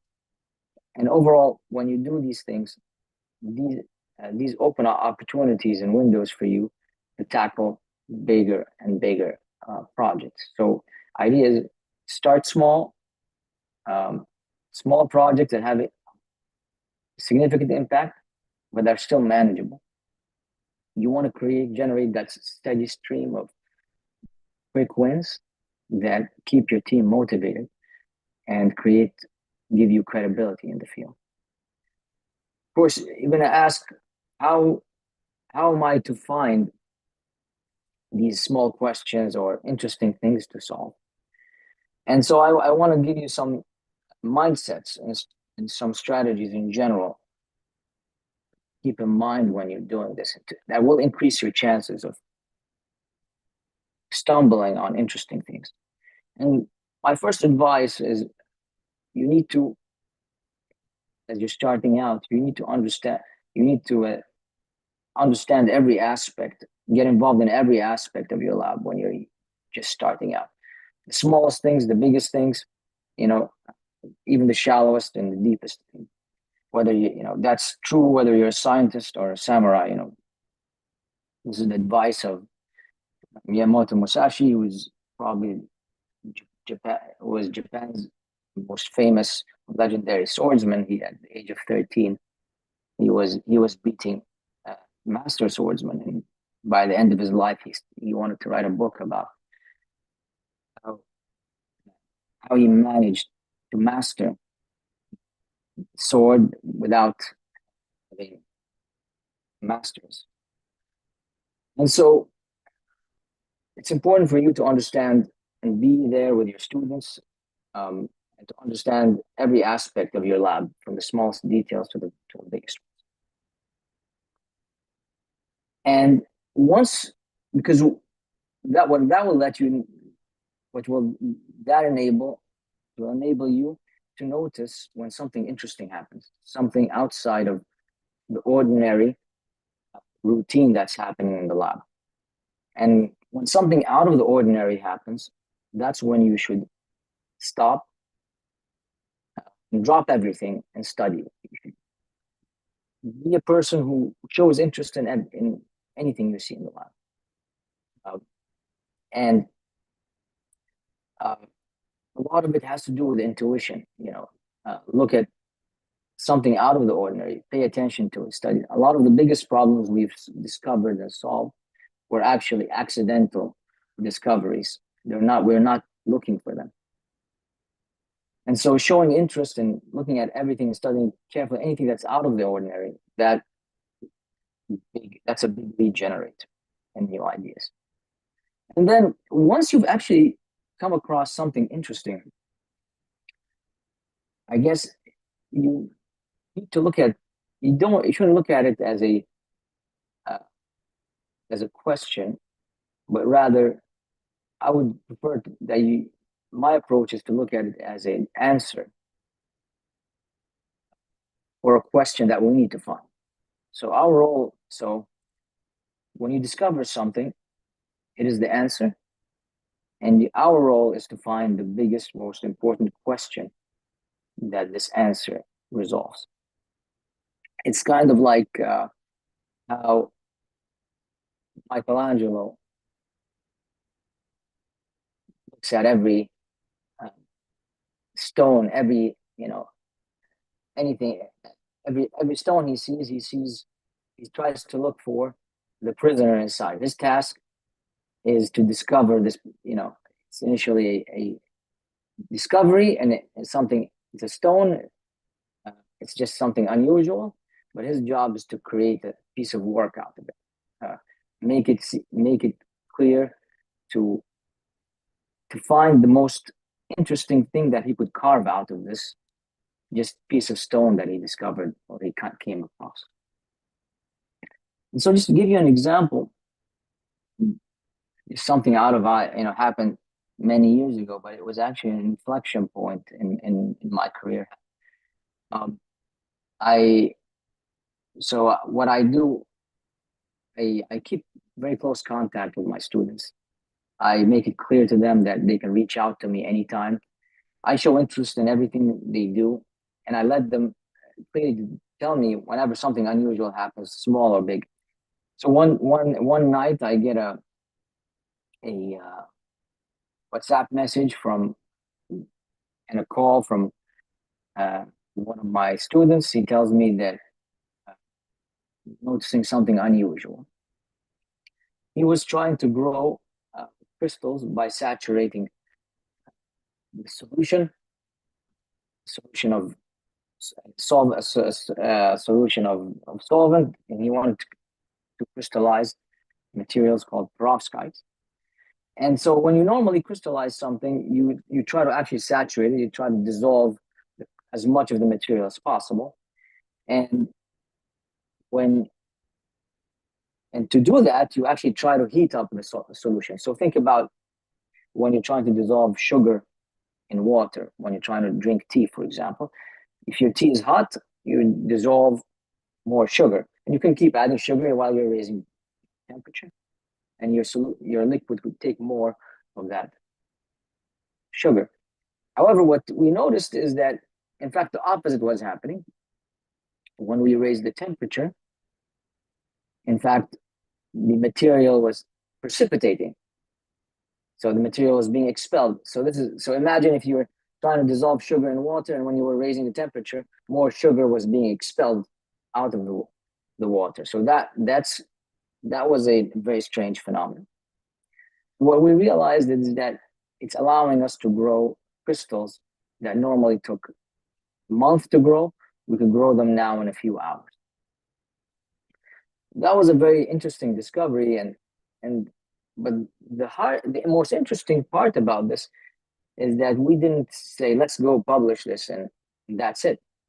We started asking ourselves the question of what is this good for? What can it solve? What are the biggest problems we could solve? What can we solve with this discovery? What are the questions that we could address with this discovery? We didn't know initially. We didn't know any. It was a completely serendipitous process, and so we spent a lot of time on that. And we realized just by this kind of thinking, pretty much, we ended up publishing over 100 papers on this. Yeah, not on the topic itself, but all the things we could solve just by discovering this small discovery. And it led to many things. And this is what I've noticed in many of our works. Some of them have bigger impact than others, but what we try to do is try to answer, when we discover something, we try to search for the most important questions that this discovery answers. And so my advice to folks is, how do you make this jump? You try to take small, look at small questions, small discoveries, and you try to let them lead you to answer bigger questions.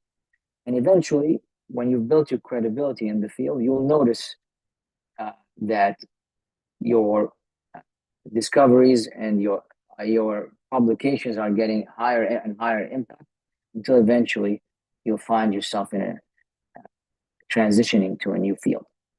Then that's where now you're in a position where you have a lot of opportunity to innovate and to publish.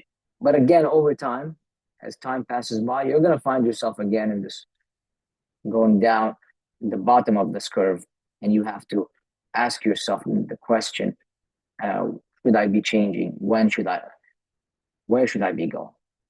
So this is a process as a scientist that's kind of a ubiquitous. You're going to have to live with. You have to be very comfortable that this is something that's going to be happening throughout your career, and not to be depressed that you're having at some point, where it doesn't mean that when you started you were publishing great papers, and after a while your papers became that means you're losing your edge. It just means that it's time for you to change directions and look at new opportunities. So because this, I want to conclude this, because this workshop also has the word publishing. We want to publish high impact work. People ask me what, some thoughts about that. And my philosophy, I have a few points that I kind of rely on, and that's my advice is to publish smart, not fast. You're going to find plenty of hot topics. The biggest mistake you could do is try to pursue too many disconnected topics. Even if you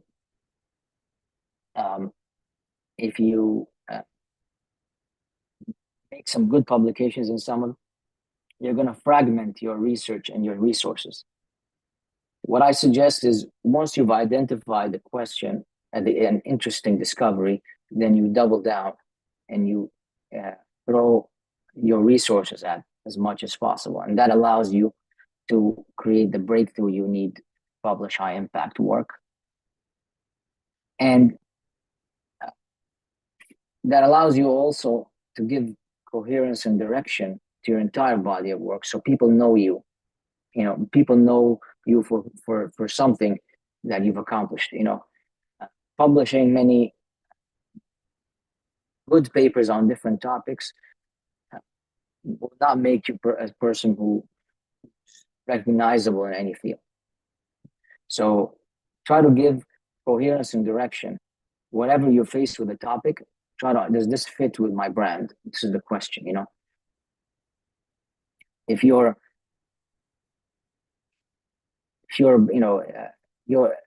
brand is very important, and you have to protect it in the sense that, just like if you are a high-end restaurant, you're trying to sell the best meal, the most the best meals in the city. Yes, you could make money by selling quick fast food, but if you attach fast food to your brand of fine dining, then that will damage both your endeavors, and you won't be known for something. And how do you make a paper memorable? And I think for me, there's my philosophy for a bit is like the 3 stages. I look at it as the 3 stages of love. Like initially, God created us as humans. We're attracted to beautiful things, beautiful from the outside. And so first impressions, we're naturally attracted to when we look at the figures, we look at the illustrations. If they look beautiful, they're clear, they attract us immediately. So I advise people to focus on that. And then we start looking at the content, and just like when we admire someone, we initially there's something from the outside that made us admire him, but there's also something from the inside.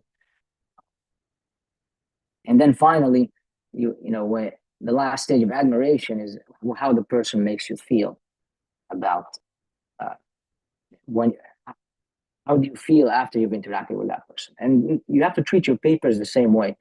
How do you feel after you've interacted with this paper? You approached it, you read it, made you feel, you understood it, and how did you come out of it? Did you learn something new? And so you need to build trust with your readership, the people who are reading. You need to make it as easy as possible for them to reproduce your work. And you need to write it in a way that invites people to read your work.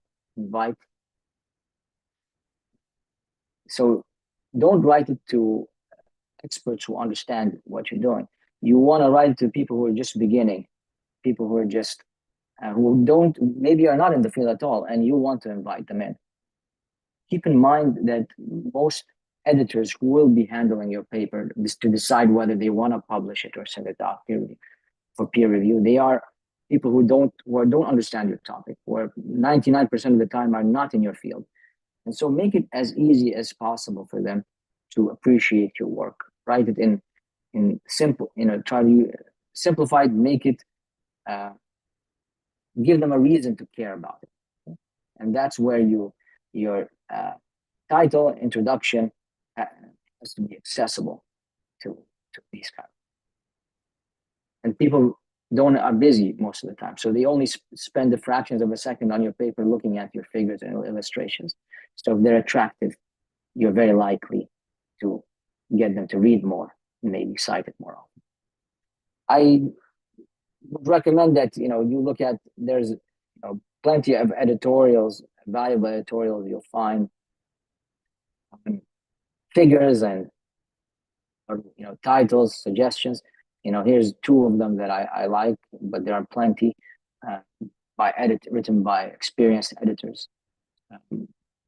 So pay a lot of attention to these small details in your paper, because these small details are what make people subconsciously want to read your work and follow you.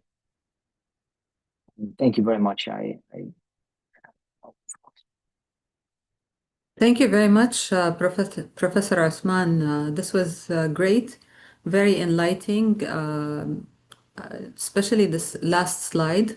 I truly appreciate what you have written in it. I would like to ask you, Professor Osman, we've had a lot of inquiries about the PhD graduates who already have faculty positions at local universities, who are interested in gaining more experience. The first thing I would like to ask you about any visiting professor opportunities they're asking. And the second thing is, do you have any recommendations for PhD graduates who are fresh graduates, how they can do collaborations with other universities? Thank you. So at KAUST, we have plenty of opportunities for visiting scientists, visiting professors. I think the first step we have plenty of programs. Professor Arwa, you know some of them. The first step for you is to identify a faculty, a professor who's interested in, who shares some of your interests. And I think at KAUST, it always starts with the faculty. If you find the faculty who wants to sponsor your work, then things become, doors open up and things become possible. Now, my advice is,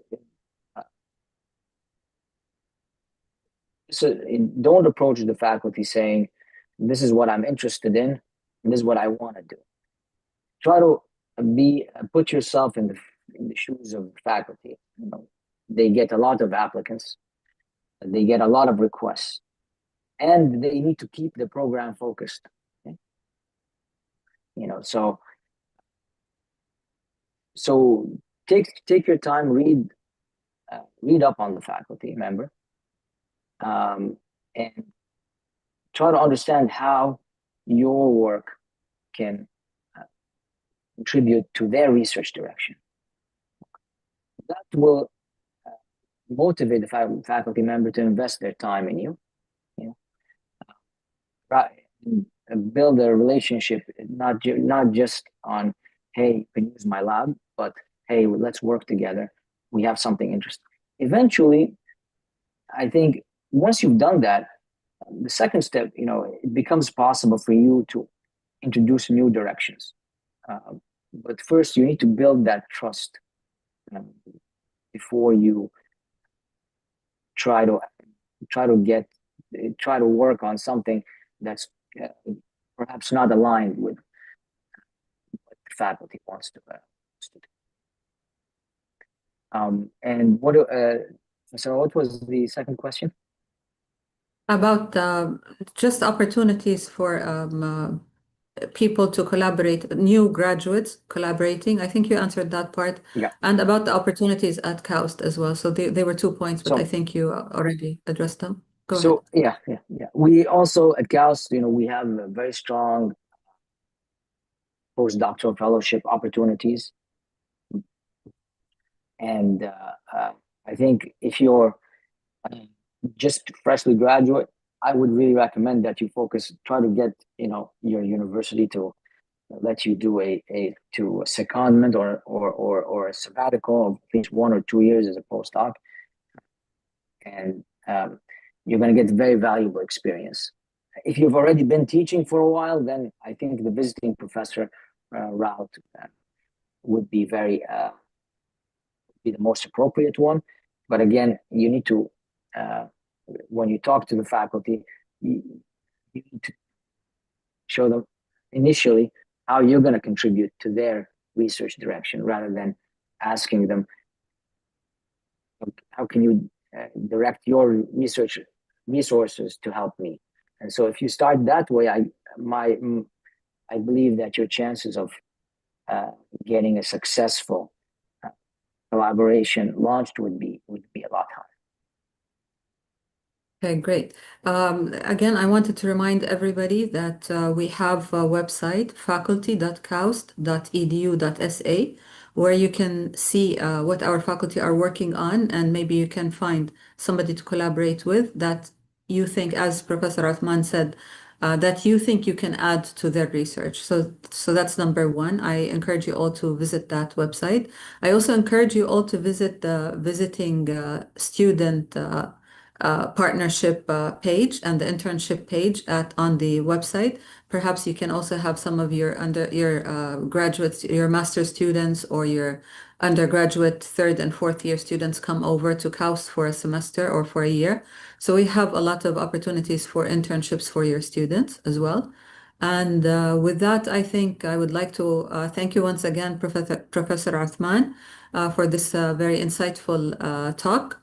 We're going to have a prayer break, and after that, we are going to listen to two very insightful talks as well that are related to publishing. So after the break, we will have Dr. Harry Shirley from Springer Nature and Mr. Sidney Engelbright, a senior research compliance specialist at KAUST, that's going to talk about the ethics in action. So with that, we will take our prayer break, and we will convene at 1:05, inshallah. Thank you once again, Professor Uthman, and to all our speakers in the past panel. Thank you. We'll see you soon. Thank you.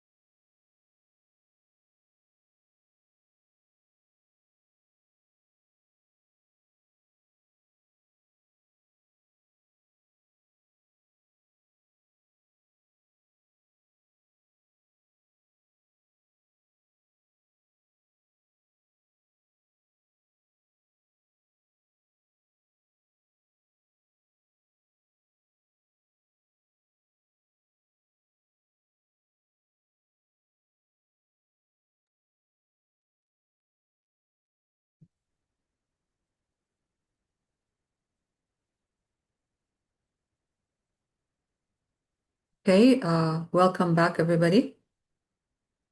Gives me great pleasure to welcome Dr. Harry Shirley, Editorial Development Manager at Springer Nature. Dr. Harry is Editorial Development Manager and is an expert trainer for Nature masterclasses. With strong scientific qualifications, he has almost a decade of academic research experience and multiple publications in chemistry. After receiving his doctorate, he worked in world-leading research groups in Auckland, New Zealand, and Oxford, UK. Since leaving research, he has devoted his career to publishing and training spheres. Harry has conducted 100+ workshops in person and online. Dr. Harry, we'd like to welcome you to talk to us a little bit more about publication secrets and how to select the correct journal. The floor is yours. Thank you very much. Just want to check that you can see my slides. Brilliant. Yes, we can. Okay, wonderful. Well, yeah, it's a real pleasure to be here again, joining the wonderful institution of KAUST. Over the years, I've done now countless training sessions with KAUST. I'm sure some of you in the audience have been in some of my workshops before. So great to be with many of you again. I'm really looking forward to continuing our relationship. I really always enjoy my KAUST workshops. I find researchers at KAUST always really engaging and enthusiastic. So yeah, really happy to be here with all of you today. So today we're just going to have a short session and I want to focus on journal selection. Journal selection is really important, of course. You only get to choose one journal for your manuscript, and that decision will really govern the impact that your work makes within your research field and beyond. So we need to make sure that we choose the best journal for our work, of course. Before we get started, for those who haven't met me before, please allow me to introduce myself in a bit more detail. So yeah, my name is Dr. Harry. It's really great to be here today. My background is actually chemistry. So I have a PhD in chemistry. I did that at Queen Mary University of London. My focus was organic chemistry. After that, I moved to New Zealand and took up a research position at the University of Auckland before returning to the UK and taking up a research position at the University of Oxford. I've published a broad range of research papers from a variety of different publishers and journals. I'm an experienced author, peer reviewer, but as you can tell, I no longer work in academia. My professional life, I am a trainer for nature masterclasses. I conduct training workshops globally, where I want to help researchers in various different aspects of their career. Many of my workshops are focused on publishing skills, so writing, peer review, journal selection, but also my workshops encompass many other types of topic related to grant writing, presenting your work, or even applying for academic positions. So if you want to learn more about my workshops, please just Google Nature Masterclasses and you'll be able to find lots of our training solutions within our website. So let's not waste any more time today. As I say, I really want us to focus on journal selection. I think this is a really important task within the publishing process. And it's all up to you, right? No one's going to tell you where you should publish. You need to make this decision by yourself. So really, I think one of the first things to ask yourself is, why are you publishing? Reflect on that question for a moment. Why are you publishing? Well, it's probably because you want to make an impact within your field, perhaps even beyond your own field. That's what many researchers want to achieve. You want other researchers to see your work, use your work, remember your work, so that in the future they may apply your findings and insights to their own studies and eventually even cite your work in the future. And of course, that's what we want to achieve. In order to advance within our academic career, we of course need to make sure that our work is generating an influence within the field. In order to reach who you want to reach, you need to select the right journal. One thing we need to keep in mind is the impact factor of a journal by itself does not necessarily determine the impact that your work is going to make. Yes, impact factor can be useful, and we will discuss impact factor today, but it's not the only metric we're going to use in journal selection. Because, as I say, you want a journal that's going to influence the field, create a real impact. We can't just rely on impact factor. Because really, I think one of the most important questions for you to answer: who is your target audience? Who exactly are you trying to reach? Is your research highly regional, not necessarily suitable for an international audience? Are you just trying to reach researchers in the Middle East? Or is your work of international importance? Do you want to reach researchers worldwide? In which case, of course, you want to be publishing in an international journal. Is your work relevant for researchers just within your own subject area or beyond? Can your work be applied to different fields? This will determine what type of journal you want to publish in. Indeed, is your work going to be of importance, relevance, interest to researchers outside of academia? Those who work in industry, the general public, in fact. Again, this may determine which journal is going to be most suited for your work. Every journal has a unique readership. Every journal serves a unique purpose. So you need to assess yourself. What are your goals? Who are you trying to reach? And what journal does your work align with suitably? This is no small task. This takes a lot of work. And it's also, as I've said, a very, very important task. But don't worry. Today, I have a strategy that we can use. Okay, we're going to be using today an evidence-based strategy because, of course, we do want to limit any potential bias that we or others may have towards journals and the journal submission process. So we're going to be scientific today. We're going to be empirical scientists. First part of our strategy. We're just going to generate a shortlist. This is a shortlist of potential journals for your manuscript.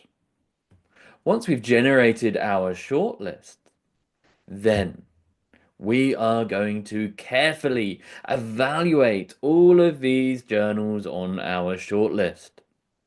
At the end of our strategy, the best journals for our work will be found. Okay? A really useful strategy for you today. First part though. As I say, we just want to generate this shortlist. How? How do we generate a shortlist of potential journals for our work? Well, I would like to ask some of you. How do you find potential journals for your own work? How do you find journals at all? If any of you have any suggestions, please put them into the Q&A box. How do you find journals? I look forward to seeing some of your responses. How do you find journals? There's no right or wrong answer here, of course. Any suggestions? can type your answer into the Q&A box.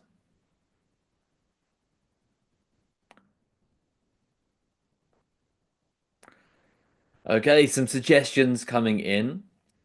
Researchers, I read. So research articles that you come across within your own work yourself. Yeah, great suggestion.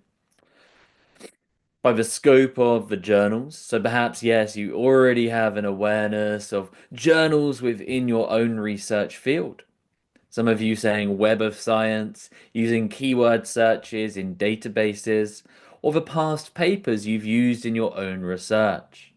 Databases and scope. Yeah, great suggestions, everybody. Thank you so much. One of you also highlighting ChatGPT. Yeah, great suggestion. We certainly can use ChatGPT to find journals. Just make sure that you validate those outputs. There are lots of ways that we can, of course, find potential journals for our work. Firstly, as many of you have highlighted, simply your own reading. You are the best evaluator of research.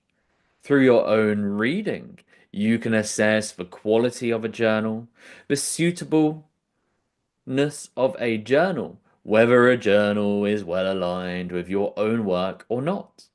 So yes, please dedicate every week, spend some time reading research within your own field. And through this, you will, over time, generate an understanding of various different suitable journals within your field and beyond. But of course, please, I encourage you, talk to your colleagues about journals. They may have recommendations. They may have certain journals that they recommend for your work. They may have some negative experiences. They may view certain journals negatively based upon experiences they had with editors and peer reviewers. So do gather other people's insights, recommendations. But yes, as many of you have highlighted, we do also want to be using databases. So make sure that you're using keyword searches in databases like Web of Science, Scopus. But also, as some of you have highlighted, use databases like Google Scholar, or even we can consider using modern AI tools. Consider using ChatGPT, okay, or Gemini. These can be really useful in helping you generate this journal shortlist. But I emphasize, do make sure you validate all of those outputs from these ChatGPT or Gemini-like tools, as sometimes they will make up information, they hallucinate information. We do need to make sure we validate all of that. But also there are various online tools that we can use to generate our journal shortlist. One of these tools is these publisher-specific guides. Now you'll find these guides that many different publishers have. Elsevier, Wiley, Springer Nature, we all have our own publisher-specific guides. Really easy to use. All you have to do is paste in the abstract, or indeed the title or keywords. Then you will be presented with a list of potential matching journals based on your abstract. But these tools are somewhat limited. What do you think those limitations might be? Yes, of course. Well, Elsevier, do you think using this tool, they're going to be recommending Wiley journals? No. Elsevier, Wiley, Springer Nature, in these tools, they only recommend their own journals. So these tools are somewhat limited, but don't worry. That's why I recommend using these publisher independent tools instead. For example, AJE have a journal guide, as do an Argo and a Dance. Yes, you guess it. When you use these tools, they won't just be recommending journals from one publisher. These tools use a variety of different publishers. These tools will save you so much time. So please, if you're going to take one thing from our session today, I would say it's these tools. You can really quickly generate your journal shortlist using these tools alongside your own reading, recommendations from your colleagues, and more conventional databases like Web of Science. So with all of this combined, do we feel now more confident in generating our journal shortlist? Thumbs up if you feel more confident in generating your journal shortlist. Great to see. Lots and lots of thumbs up there. Great. So what next then? Well, now we need to have a more detailed look, right? We've got maybe 12 to 15 journals in our shortlist. If you work in a very niche field, that may be lower. But yeah, I recommend creating about 12 or 15. Now we need to be more forensic. We need to be like detectives, carefully evaluating each of these journals on our shortlist. Should we do this by ourselves?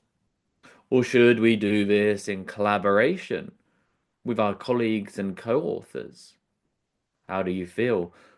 My recommendation is to do this with your co-authors. Why? Well, firstly, it's very important that everybody agrees. Everybody needs to agree on the journal that we're going to publish in.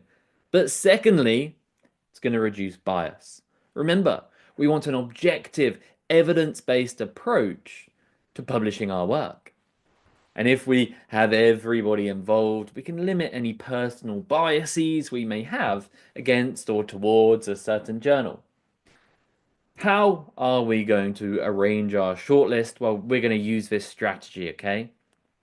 If you feel that the evaluation has been positive, we can elevate the position of that journal on the shortlist. If you feel it's been negative, downgrade.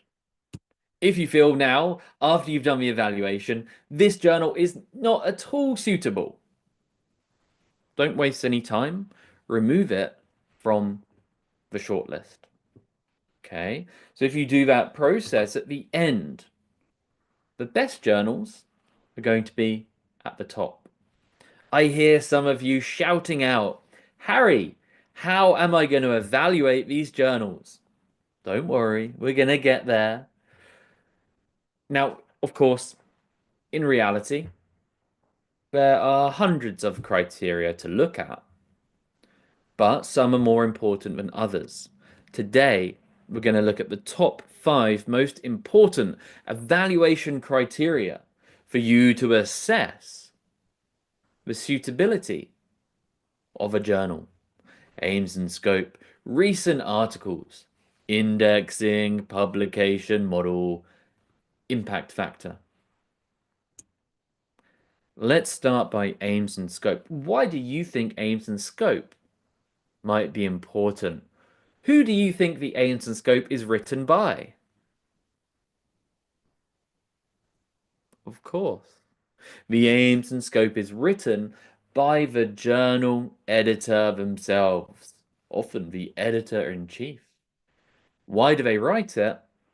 They're very simply trying to tell you what their journal is interested in publishing, why their journal exists, and who reads their journal. This is incredibly important information for you.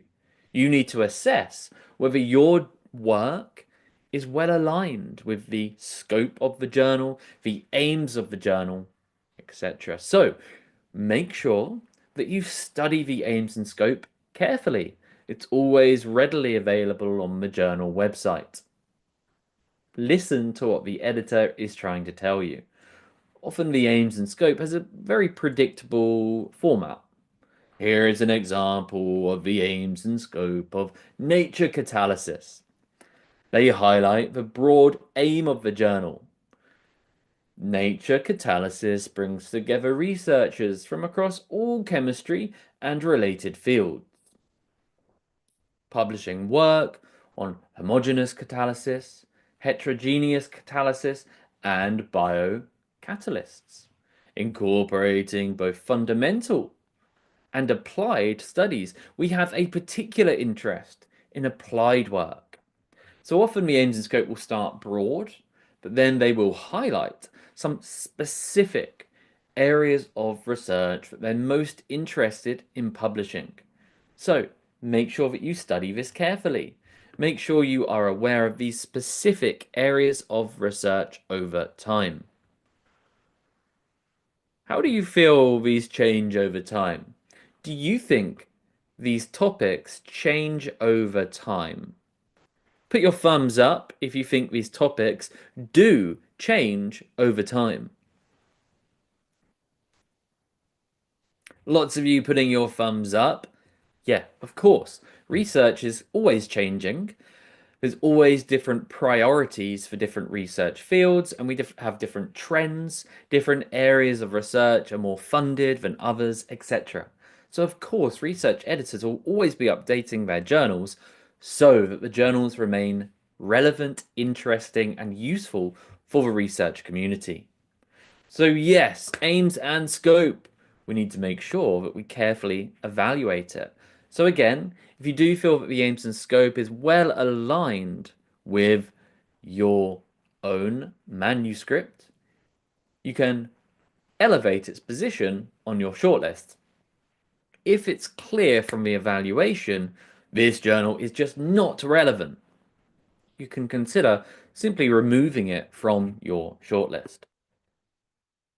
Great. Well, the next thing I want us to look at is recent articles. Why would we do this?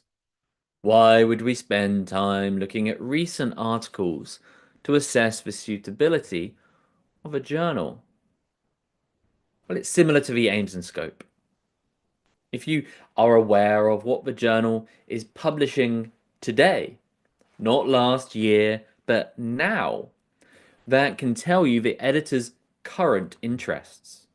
So make sure that you review what the journal has been recently publishing, looking at research articles, review articles, even special issues. These can really help assess what the editor really wants to be publishing now. So make sure that you explore journal websites. As an example here, I went on to Nature Energy and I searched for lithium plating. How many articles have they published in the last 2 years? Well, I could see 27. 27 articles in the last 2 years. That's one article, more than one article per month. Do you think that that indicates that the editor is interested in this topic? Definitely. This is quite a niche area of research. If they're publishing one paper per month, it really can help indicate that the editor is interested in this work. They find it useful and engaging for their audience, and they want to publish this work. But alongside that, do make sure that you use this to determine the novelty of your own research compared to these previously published studies. Great. Aims and scope, recent articles really help establish editorial interest in your own manuscript. But finally, we do want to look at indexing. What do I mean by indexing? Well, you've all come across these databases before. Web of Science, Scopus, Medline, Google Scholar, etc. If you publish in a journal and it's not indexed in some of these databases, how's anybody going to find your work? They may not. So you want to determine which databases your journal is indexed in. Because, of course, if it's indexed in all of these databases, you're going to have really good visibility for your article. Do you think journals find it easy or hard to be included in some of these databases? It's not easy. So if a journal is indexed, that can help indicate to you that this journal is a suitable level of quality and that you can trust it. The inclusion rate for these databases is really low. So 70% of journals applying to be included in Scopus are rejected. 88% of journals asking to be included in Medline are rejected. Web of Science, 90% of journals asking to be included are rejected. So yeah, it's not easy to be included in these databases. They've got really strict criteria related to the quality of the publications, the diversity of the editorial board, and the frequency of publication. So look at indexing, very important for visibility and trustworthiness. You also need to take into account publication model. There are various different ways that we can publish our work. We've got the traditional route, subscription. This is where typically researchers have to pay a subscription to access your work. There's a paywall, there's a barrier between your work and researchers. But we have, of course, open access publishing as well. If you publish full open access, anybody in the world, all they need is an internet connection. They can download and read and use your research. We've also got hybrid, which basically means you can publish in a traditional subscription-based journal, but pay a fee to have your paper open access. But all of the other papers, unless the researchers pay a fee, will not be open access. So what works for you? Again, we have to ask the question, who are you trying to reach? Of course, open access allows you to reach a very broad audience. So you have to consider, who are you trying to reach? Again, researchers in developing regions of the world may not have access to subscription journals. Those working in industry or the general public, again, may not have access to subscription journals. So, I think the benefits of open access publishing are fairly clear for all of us to see. It allows as many people as possible to be able to access your work. But there are some concerns that I hear from researchers from time to time, and that's related to the article processing charge. Publishing open access is not free. Okay, so you want to make sure that you have the funds to cover the article processing charge, also known as the APC. Now, it's useful to know that many institutions do offer researchers support to cover this APC. So if you're unsure, do reach out to your institution to ask if this support is available. But even if it's not there, many funders, many publishers will offer you what's called an APC waiver. So you'll be given a discount or even free publication if you demonstrate you're not able to afford the processing charges. Another thing to consider today is impact factor. And I did say, yes, we will look at this. How do you feel about impact factor? When I was a researcher, I was very stressed about impact factor. I really wanted to publish in the highest possible impact factor journal that I possibly could. For me, impact factor meant everything. But do I regret that? Maybe. Because there's more to journal selection than impact factor alone. Just because you publish in a journal with a certain impact factor doesn't mean that you're going to create the impact that you want to make. We discussed earlier the importance of establishing who you're trying to reach. Once we've done that, then we can evaluate the suitability of various different journals.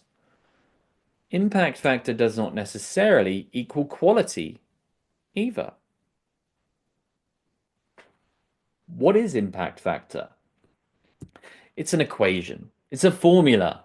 I won't go into the formula today, but it's essentially related to the number of citations a journal receives over time.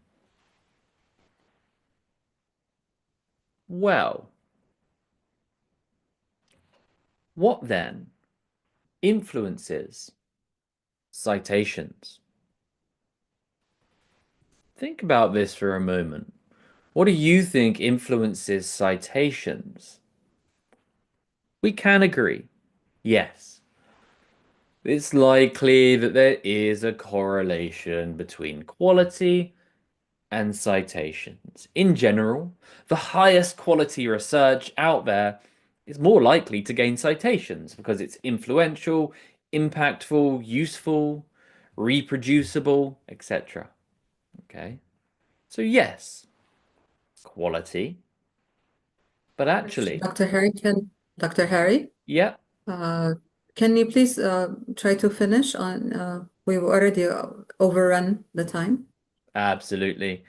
Okay, Okay, thank you. no worries at all.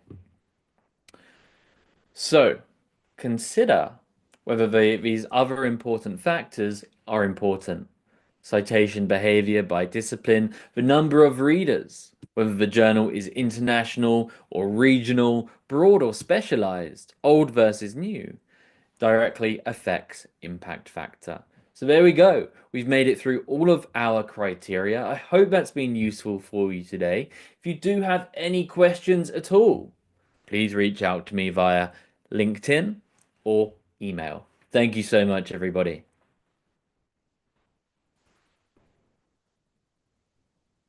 Thank you very much, Dr. Harry. This has been great. We had a few questions, but unfortunately, we don't have time. Maybe you're lucky. Well, please I reach just out want to take, via email instead. That's perfectly okay. okay. I'm happy to I, respond I via just email. I just think I want to get one question because this was a little bit repeated.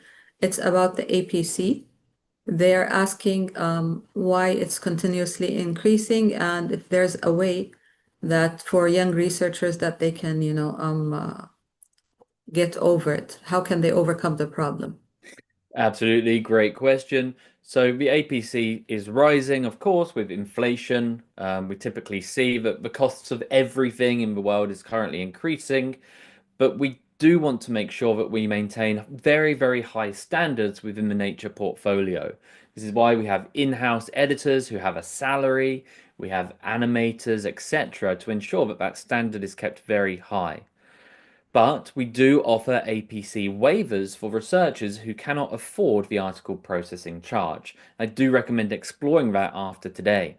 There are many other publishers as well who offer free publication if you are not able to afford the APC. So do be sure to explore various different options available for you. Thank you so much for the question. Thank you, Dr. Harry. Okay, so our next speaker is Mr. Sidney Engelbrecht. Mr. Sidney Engelbrecht is our Senior Research Compliance Specialist, Research Support and Valorization. He is a bioethicist and experienced research ethics and integrity specialist employed as the Senior Research Compliance Specialist at KAUST. He is a co-recipient of the Anderson Kleinart Diversity Award at the World Conference on Research Integrity in 2024 and has received the award for distinguished contribution to the research management profession from the South African Department of Science and Innovation in 2020. His academic background includes law, philosophy, and applied ethics from Stellenbosch University, with additional qualifications in compliance management from the University of Cape Town.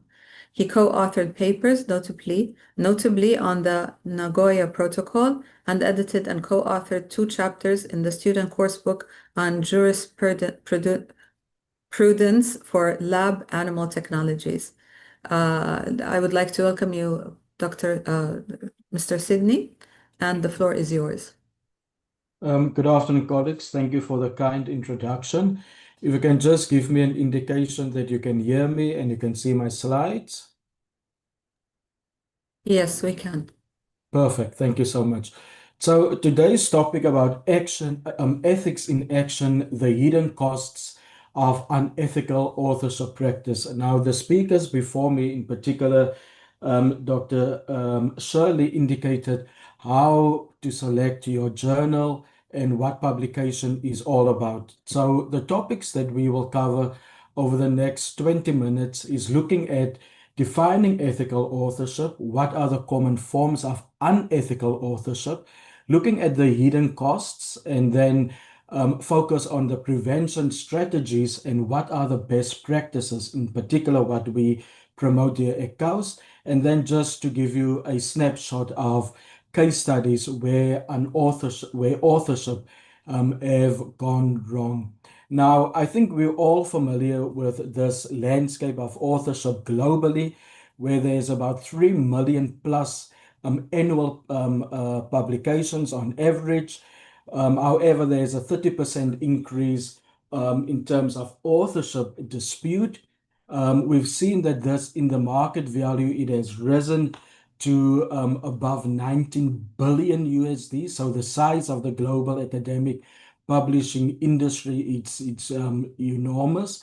And what we've also noticed is a 15% increase in the violations where researchers who have violated authorship criteria. So based on this, and this really sets the scene for the topic of today, why we have unethical authorship practices. But let's just take a look for a moment at what the landscape looks like at KAUST in terms of publications and technology development. We have seen earlier this morning, Professor Arwa indicated and gave us a beautiful overview of KAUST, but to contextualize that in terms of publications, patents, and grants, you can see KAUST is really a research-driven, research-active university with more than 1 million citations globally, with publication that exceeds 32,000. And we have active patents, as you can see, 1,696, with grants specifically for technology development close to 50 million. So this gives you an idea of how KAUST as a university is contributing to publications to the scientific community. But let's look at the definition of authorship. What does it mean when we talk about authorship? Ethical definition typically has to do with the substantial contribution, and there we focus on research conception, the design, being involved in the analysis that meaningfully advance the research and the work. And at KAUST, I show you there we have a guideline on publication ethics and authorship, where it defines what an author is or who an author is. And there we explicitly says that an author is an individual who has made a direct and significant intellectual or scholarly contribution. So we promote this idea of substantial contribution to the work to be acknowledged as an author or co-author of that particular paper. We also promote honesty and transparency, where there's truthful data collection and interpretation, and that there are full disclosures of potential conflicts of interest. And then finally, we promote that you attribute the references, the citations, and take accountability for the integrity of the work that our researchers put out there. Now, the flip side to ethical authorship is obviously unethical authorship.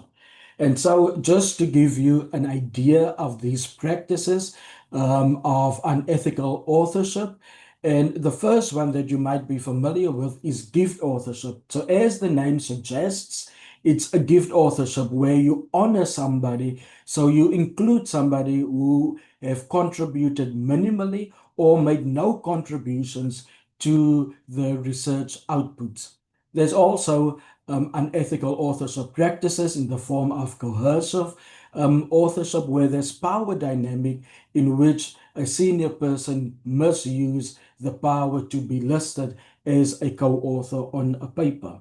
And then the opposite of gift authorship, that is ghost authorship. And as the name says, it's then somebody that should have been listed on a paper that is unlisted. So essentially it's about omitting legitimate contributors omitting legitimate co-authors.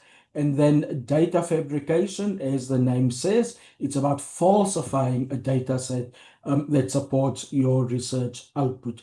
And at KAUST, we define fabrication essentially as a research misconduct activity. Likewise, plagiarism is also a research misconduct activity. So plagiarism, as we know in its basic form, in its traditional form, is about taking somebody else's work without permission and then present it as though as it is your own. So at KAUST, our definition of plagiarism not only includes the basic traditional definition of plagiarism, but includes gift authorship. So gift authorship, where you include somebody who did not contribute to the work, that is considered to be plagiarism, and ghost authorship, where you exclude somebody who contributed to the work. So just to give you an idea of these types of unethical authorship practices. And then to further explore this notion of ghost authorship, also known as honorary authorship, this paper that was published in September 2022 that highlights two-thirds of 600,000 scientists that were listed on papers that should not have been listed on papers because they did not meet the authorship criteria. Essentially what it says, this paper, is that authorship, these ghost authorship, has become quite common. So there's a high prevalence of ghost authorship within the scientific domain. But as the focus of this talk, we're going to look at the hidden costs. So what are the hidden costs of unethical authorship practices? The first one that we look at is reputational damage. So firstly, as you'd understand, the institution would suffer reputational damage because of, for example, retractions that may be published in the public domain, or when there's an announcement of research misconduct by a researcher that is affiliated with the institution. But further than that, it's an erosion of public trust. And we've heard this afternoon where Professor Omar referred to trust. So trust is important, not just the public trust between the researcher, the institution, but also trust with the scientific community. And so the hidden cost of unethical authorship practices is that it leads to reputational damage because there is this public trust that suffers and the standing of the academic community as well. In addition to that, it could be that your department, your faculty, your division, your center could also lose funding, and also there's no interest in recruitment because of the reputational damage that may occur because of unethical authorship practices. And then finally, there's the researcher or the faculty reputation themselves that is tarnished because of potential research misconduct issues. And this obviously is damaging to your credibility as a researcher. And you can imagine, as an emerging researcher, it limits your career advancement. In terms of human cost, and we have seen beautifully this morning, all our PIs at KAUST, they explain their career trajectory and how they've ended up where they are today. And it's really beautiful to see the support that they've received over the years that have built them to become this internationally accredited researcher. And as Professor Niveen said, that no scientist around the world is completely satisfied. But as Professor Marc said, be happy with what you do. But unfortunately, with unethical authorship practices, there is what we call the human cost. The human cost that impacts how we function in terms of conducting our research. And unfortunately, it leads to career dissatisfaction if for example, authorship dispute is not resolved satisfactorily. There's also the impact on mental health. As Professor Marc said, be happy with what you do.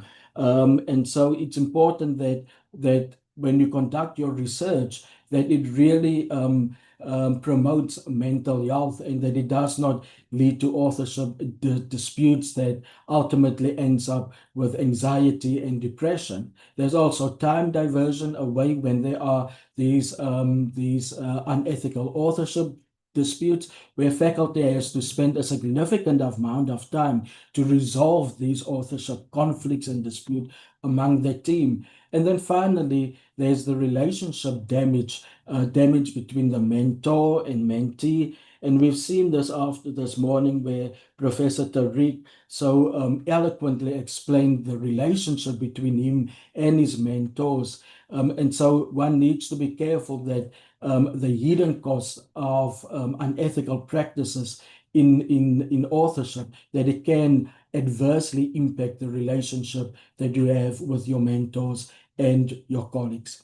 Another issue around unethical authorship practices is legal and financial ramifications. And there I share with you two examples of incidents where either the PI, the researcher, have been found guilty of research misconduct that led to legal fees because it ended up in the court. There were loss of funding, the grant was terminated, there were legal action and ultimately settlements.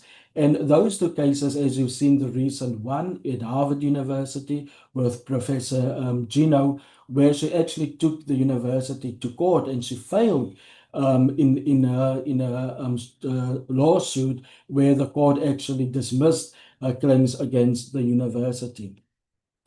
And finally, the impact that unethical authorship practices has on research integrity. So research integrity has 4 basic principles, as you can see there by the Singapore Statement on Research Integrity: honesty in all aspects of the work, accountability in conduct the research, professional courtesy and fairness in working with others, and finally, good stewardship of research on behalf of others. At KAUST, these 4 principles are embedded in our research integrity policy, so it's part and parcel of our policy in our endeavors to promote research integrity at the institution. But with unethical authorship practices comes, unfortunately, public distrust. As I've indicated, the erosion of confidence within our academic institution. When there is skewed result of the research, it really compromises the validity of the research findings, and ultimately wasted resource where funding was spent on research that is fundamentally flawed.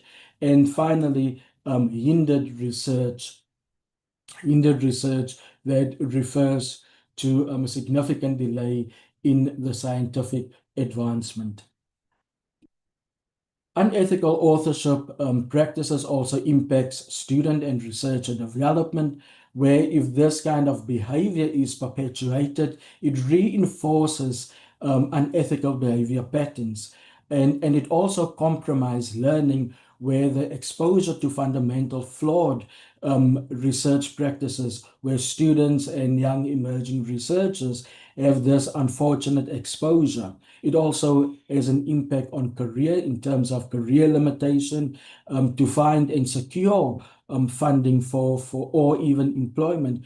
And then finally, if this is normalized, research misconduct is normalized, it has an ethical erosion on academia as a whole.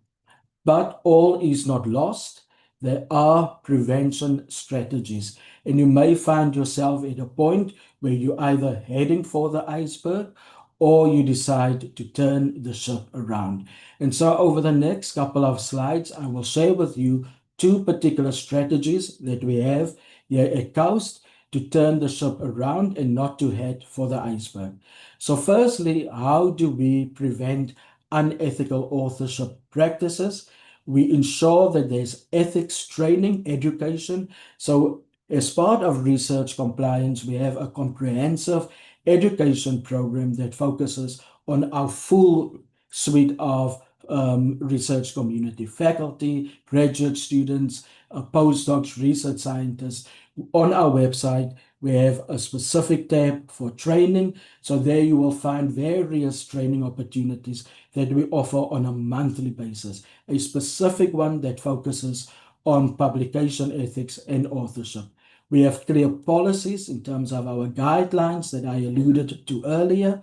So we have clear policies that speaks about authorship criteria, authorship, order of authorship, affiliation, and all of those aspects are covered in our guidelines as well.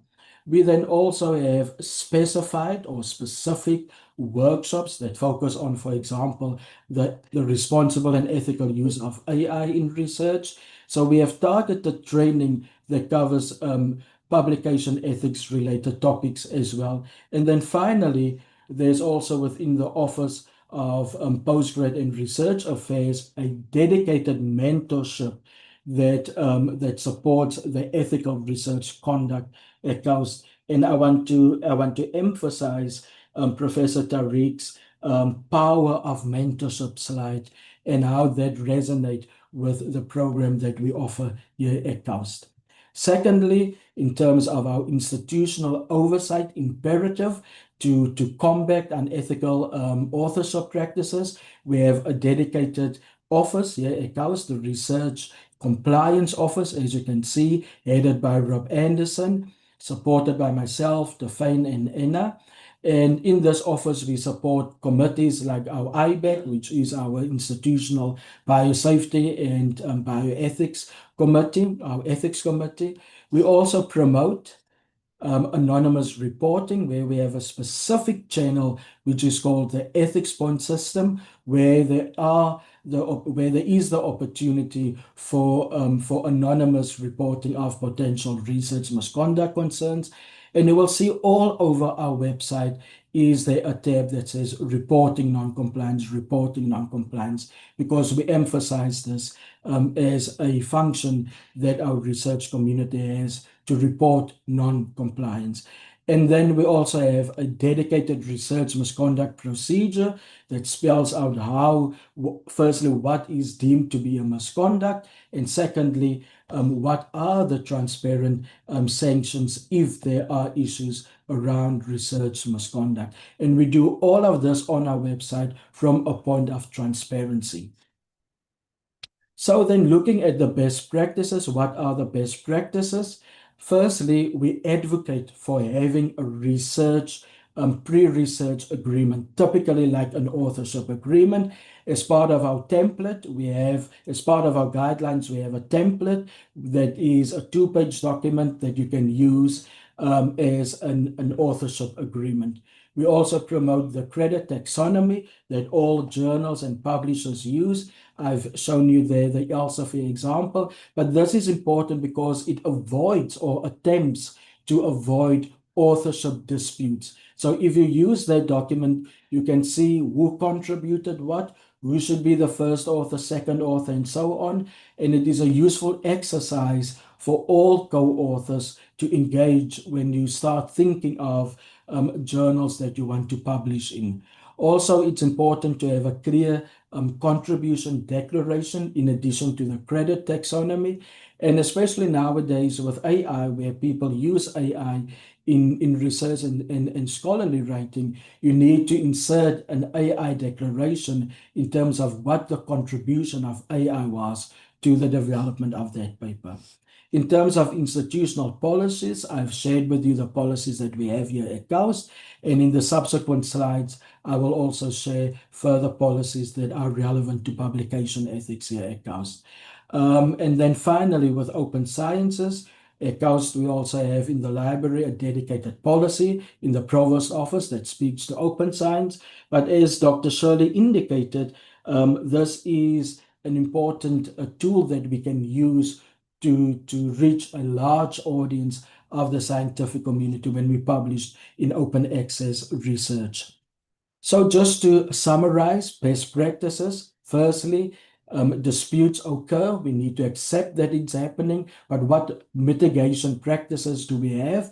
It's to have an agreement. As the paper says there, authorship agreements benefit researchers and a research culture. As Professor Niveen alluded to earlier, we need to build a positive research culture. And these kinds of early on discussions and agreements really help to stimulate that responsible conduct culture. At KAUST, as I've indicated, we have guidelines, we have policies, and we really enable a ethical authorship practice at our institution. I've also mentioned that we have dedicated workshops. We have 4 workshops in particular. You can see we have one on publication ethics and authorship. We have one on building resilience in ethical decision making, introduction to research ethics and integrity, and finally, responsible and ethical use of AI in research. And these workshops run between an hour to 3 hours. And this is the tool that we use to engage with our research community, to educate them on the responsible and ethical authorship practices. So then just to give you a snapshot, I'm not sure how much time I have left, but just to give you a snapshot. Sydney, we already overran, so if you can please conclude quickly. Okay, so let me conclude then. I will conclude with this slide that says cultivating a culture of ethics and integrity. I want to emphasize Professor Niveen's words. Let's build a positive research culture. In other words, we need 100% commitment from our institution. And where there are these ethics imperatives and educational opportunities, it impacts the greater research, responsible conduct of research. And we must have a zero tolerance of authorship misconduct. I want to conclude with this particular quote that says, research culture is defined by the worst behavior you're prepared to tolerate. Think about yourself in terms of what behavior you and your institution are prepared to tolerate. And with that, thank you for the opportunity. Thank you very much. This has been great. I would like to thank everybody who attended our workshop today. Our virtual workshop was designed to empower academics, researchers, and students with insights from world-class scholars on publishing influential research, advancing academic careers, and making a lasting impact. This one-day event explored the habits, strategies, and ethical standards that define top-tier researchers. Whether you're looking to evaluate your research, publish more effectively, or chart a strong academic path, we hope that this workshop has delivered practical, proven advice directly from those who've done it. I would like to mention and remind some of you of this extraordinary advice. Carlos Duarte listed 6 tips: motivation, hard work, inspiration, embrace criticism, efficiency, especially of time, and collaborate. He also mentioned that learning never ends, and this is something we should all remember. Marc Genton advised us to not waste time and to balance work and family and not stress over everything and to collaborate and think of quality, not quantity. Niveen Khashab highlighted the importance of your research having an impact on people and helping the greater good. Also, she provided us with the TIP strategy. Tariq al-Nafouri thankfully also listed some great tips. I can mention some of them. Tariq said he said mentor, and mentorship has surfaced in many of the talks.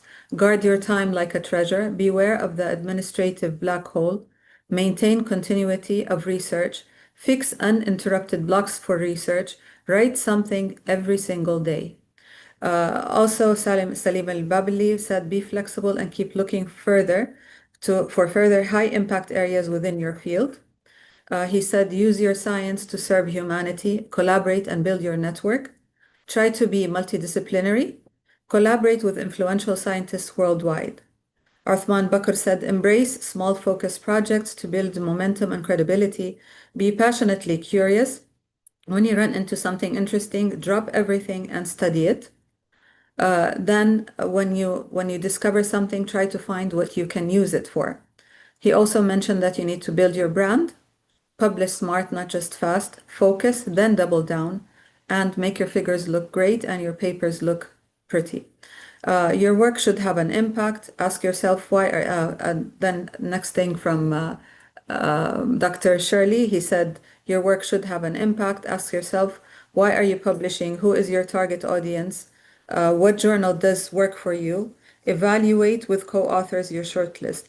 So, and then finally, we concluded with Sydney, who gave us a topic on how KAUST prevents the ethics and how we work very hard and make sure that everything that is produced from KAUST is ethical.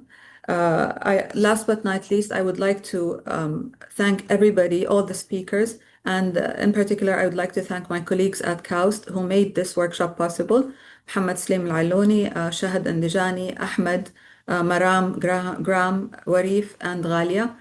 Thank you very much, and I hope I didn't miss anybody. Thank you very much, everybody. We are glad that you were able to join us today, and we are looking forward to collaborate further with every single university.